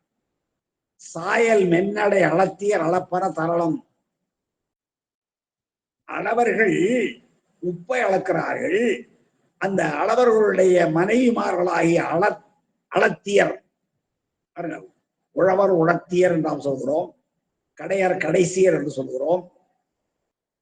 அதே போல பரதர் பரத்தியர் என்று சொல்கிறோம், பரதவர் பரத்தியர் என்று. அதை போலவே இங்கே அளவர் அளத்தியர், உப்பு காய வைத்து அதை அளக்கிறவர்கள் அளவர்கள். அவர்களுடைய பெண், அவருடைய மனைவியர் அளத்தியர் எனப்படுவார்கள். அவர்கள் சாயல் மென்னடை உடையவர், மயிலை போன்ற சாயலையும் மென்மையான நடையினையும் உடைய அந்த அளத்தியர் பெண்கள் தரளம் அளப்பன, முத்துக்களை அளக்கிறார்கள். கணவன்மார்கள் உப்பை அளக்கிறார்கள், மனைவிமார்கள் தரளம் அளக்கிறார்கள். தரளம் என்றால் முத்துக்கள் என்று பொருள். முத்துக்களை அளக்கிறார்கள் என்று நெய்தல் திணையினுடைய கருப்பொருளை எல்லாம் ஒரு சேர சொல்லுகிறார். எங்காவது ஒரு இடத்துல மாறுகிறாரா பார்த்தீர்களா? மருது திணை என்றால் வயலும் வயல் சார்ந்த இடத்தில் என்ன விளையுமோ, என்ன பூக்குமோ, என்ன நீர் இருக்குமோ அவற்றை சொல்லுவார். குறிஞ்சியும் குறிஞ்சியை சார்ந்த இடம் என்றால் மலையும் மலை சார்ந்த இடத்திலே விளைகிற பொருள், அங்கே இருக்கிற பூக்கள், உணவு, விலங்குகள், நீர், அங்க இருக்கிற யாழ், அங்க இருக்கிற இசை ஆகியவற்றை தெளிவாகப்படுவார். நம்முடைய சங்க இலக்கியத்தில் தொல்காப்பியத்தில் எவ்வாறு முதற் பொருளும் கருப்பொருளும் உரிப்பொருளும் வரையறை செய்யப்பட்டிருக்கிறதோ சற்றும் மாறாமல் நம்முடைய தெய்வ சேக்கிழாருடைய அந்த திறனை இந்த திருக்குறிப்பு தொண்டநாயனார் வரலாற்றிலே பார்க்கிற இந்த தொண்டை நாட்டினுடைய வளத்தின் வாயிலாக மிக தெளிவாக சொல்லி காட்டுகிறார். எனவே தெய்வ சேக்கிழார் என்பவர் ஏதோ திருக்குறிப்பு தொண்டநாயனாருடைய வரலாற்றை சொல்வதற்கு வாய்ப்பாக தான் பிறந்த தொண்டை நாடு கிடைத்தது, எனவே தொண்டை நாட்டினுடைய பெருமையை, தன்னுடைய நாட்டின் பெருமையை சொல்லலாம் என்று சொல்லுகிறார் என்று சிலர் தவறாகவும் சொல்லியிருக்கிறார்கள். ஆனால் அவர் சோழ நாட்டையும் சிறப்பித்து பாடியிருக்கிறார், பாண்டிய நாட்டையும் சிறப்பித்து பாடியிருக்கிறார், சேர நாட்டையும் சிறப்பித்து பாடியிருக்கிறார், கொங்கு நாட்டையும் சிறப்பித்து பாடியிருக்கிறார். எனவே எல்லா நாடும் அவரை பொறுத்தவரை ஒன்றுதான். அதே போல இங்கே தொண்டை நாட்டினுடைய சிறப்பு சொல்கிற பொழுது, அந்த மாநில வளங்களை சொல்கிற பொழுது, அங்கே நெய்தல் கடலும் கடல் சார்ந்த இடம், அங்கேதான் பரதவர்கள் இருப்பார்கள், அங்கேதான் பரத்தியர்கள் இருப்பார்கள், அங்கேதான் அளவர்கள் அளத்தியர்கள் இருப்பார்கள். அளவர்கள் உப்பை அளக்கிறார்கள், அளத்தியர்கள் கடலுள் பொருளாகிய முத்துக்களை அளக்கிறார்கள், செருந்தியை தொடுக்கிறார்கள். பரத்தியராகிய அந்த பரதவர் பெண்கள், பரதவர்கள் தாங்கள் மீன் பிடிப்பதற்கேற்ற வலையை பின்னுகிறார்கள் என்று இந்த 34வது பாடல் வழியாக நம்முடைய தெய்வ சேக்கிழார் அவர்கள் நெய்தல் திணையினுடைய சிறப்பை தொடங்குகிறார். இன்னும் அந்த திணையினுடைய சிறப்புகளை அடுத்த வாரம் வகுப்புகளிலே சிந்திக்கலாம் என்று சொல்லி, நேரம் கடந்து விட்டமையினாலே இதுவரை கேட்டிருந்த சைவ தமிழ் சான்றோர்கள் அனைவருக்கும் என்னுடைய பணிவார்ந்த நன்றியினை, வணக்கத்தை, வாழ்த்துக்களை தெரிவித்து நிறைவு செய்கிறேன். நன்றி, வணக்கம். திருச்சி தந்தம்.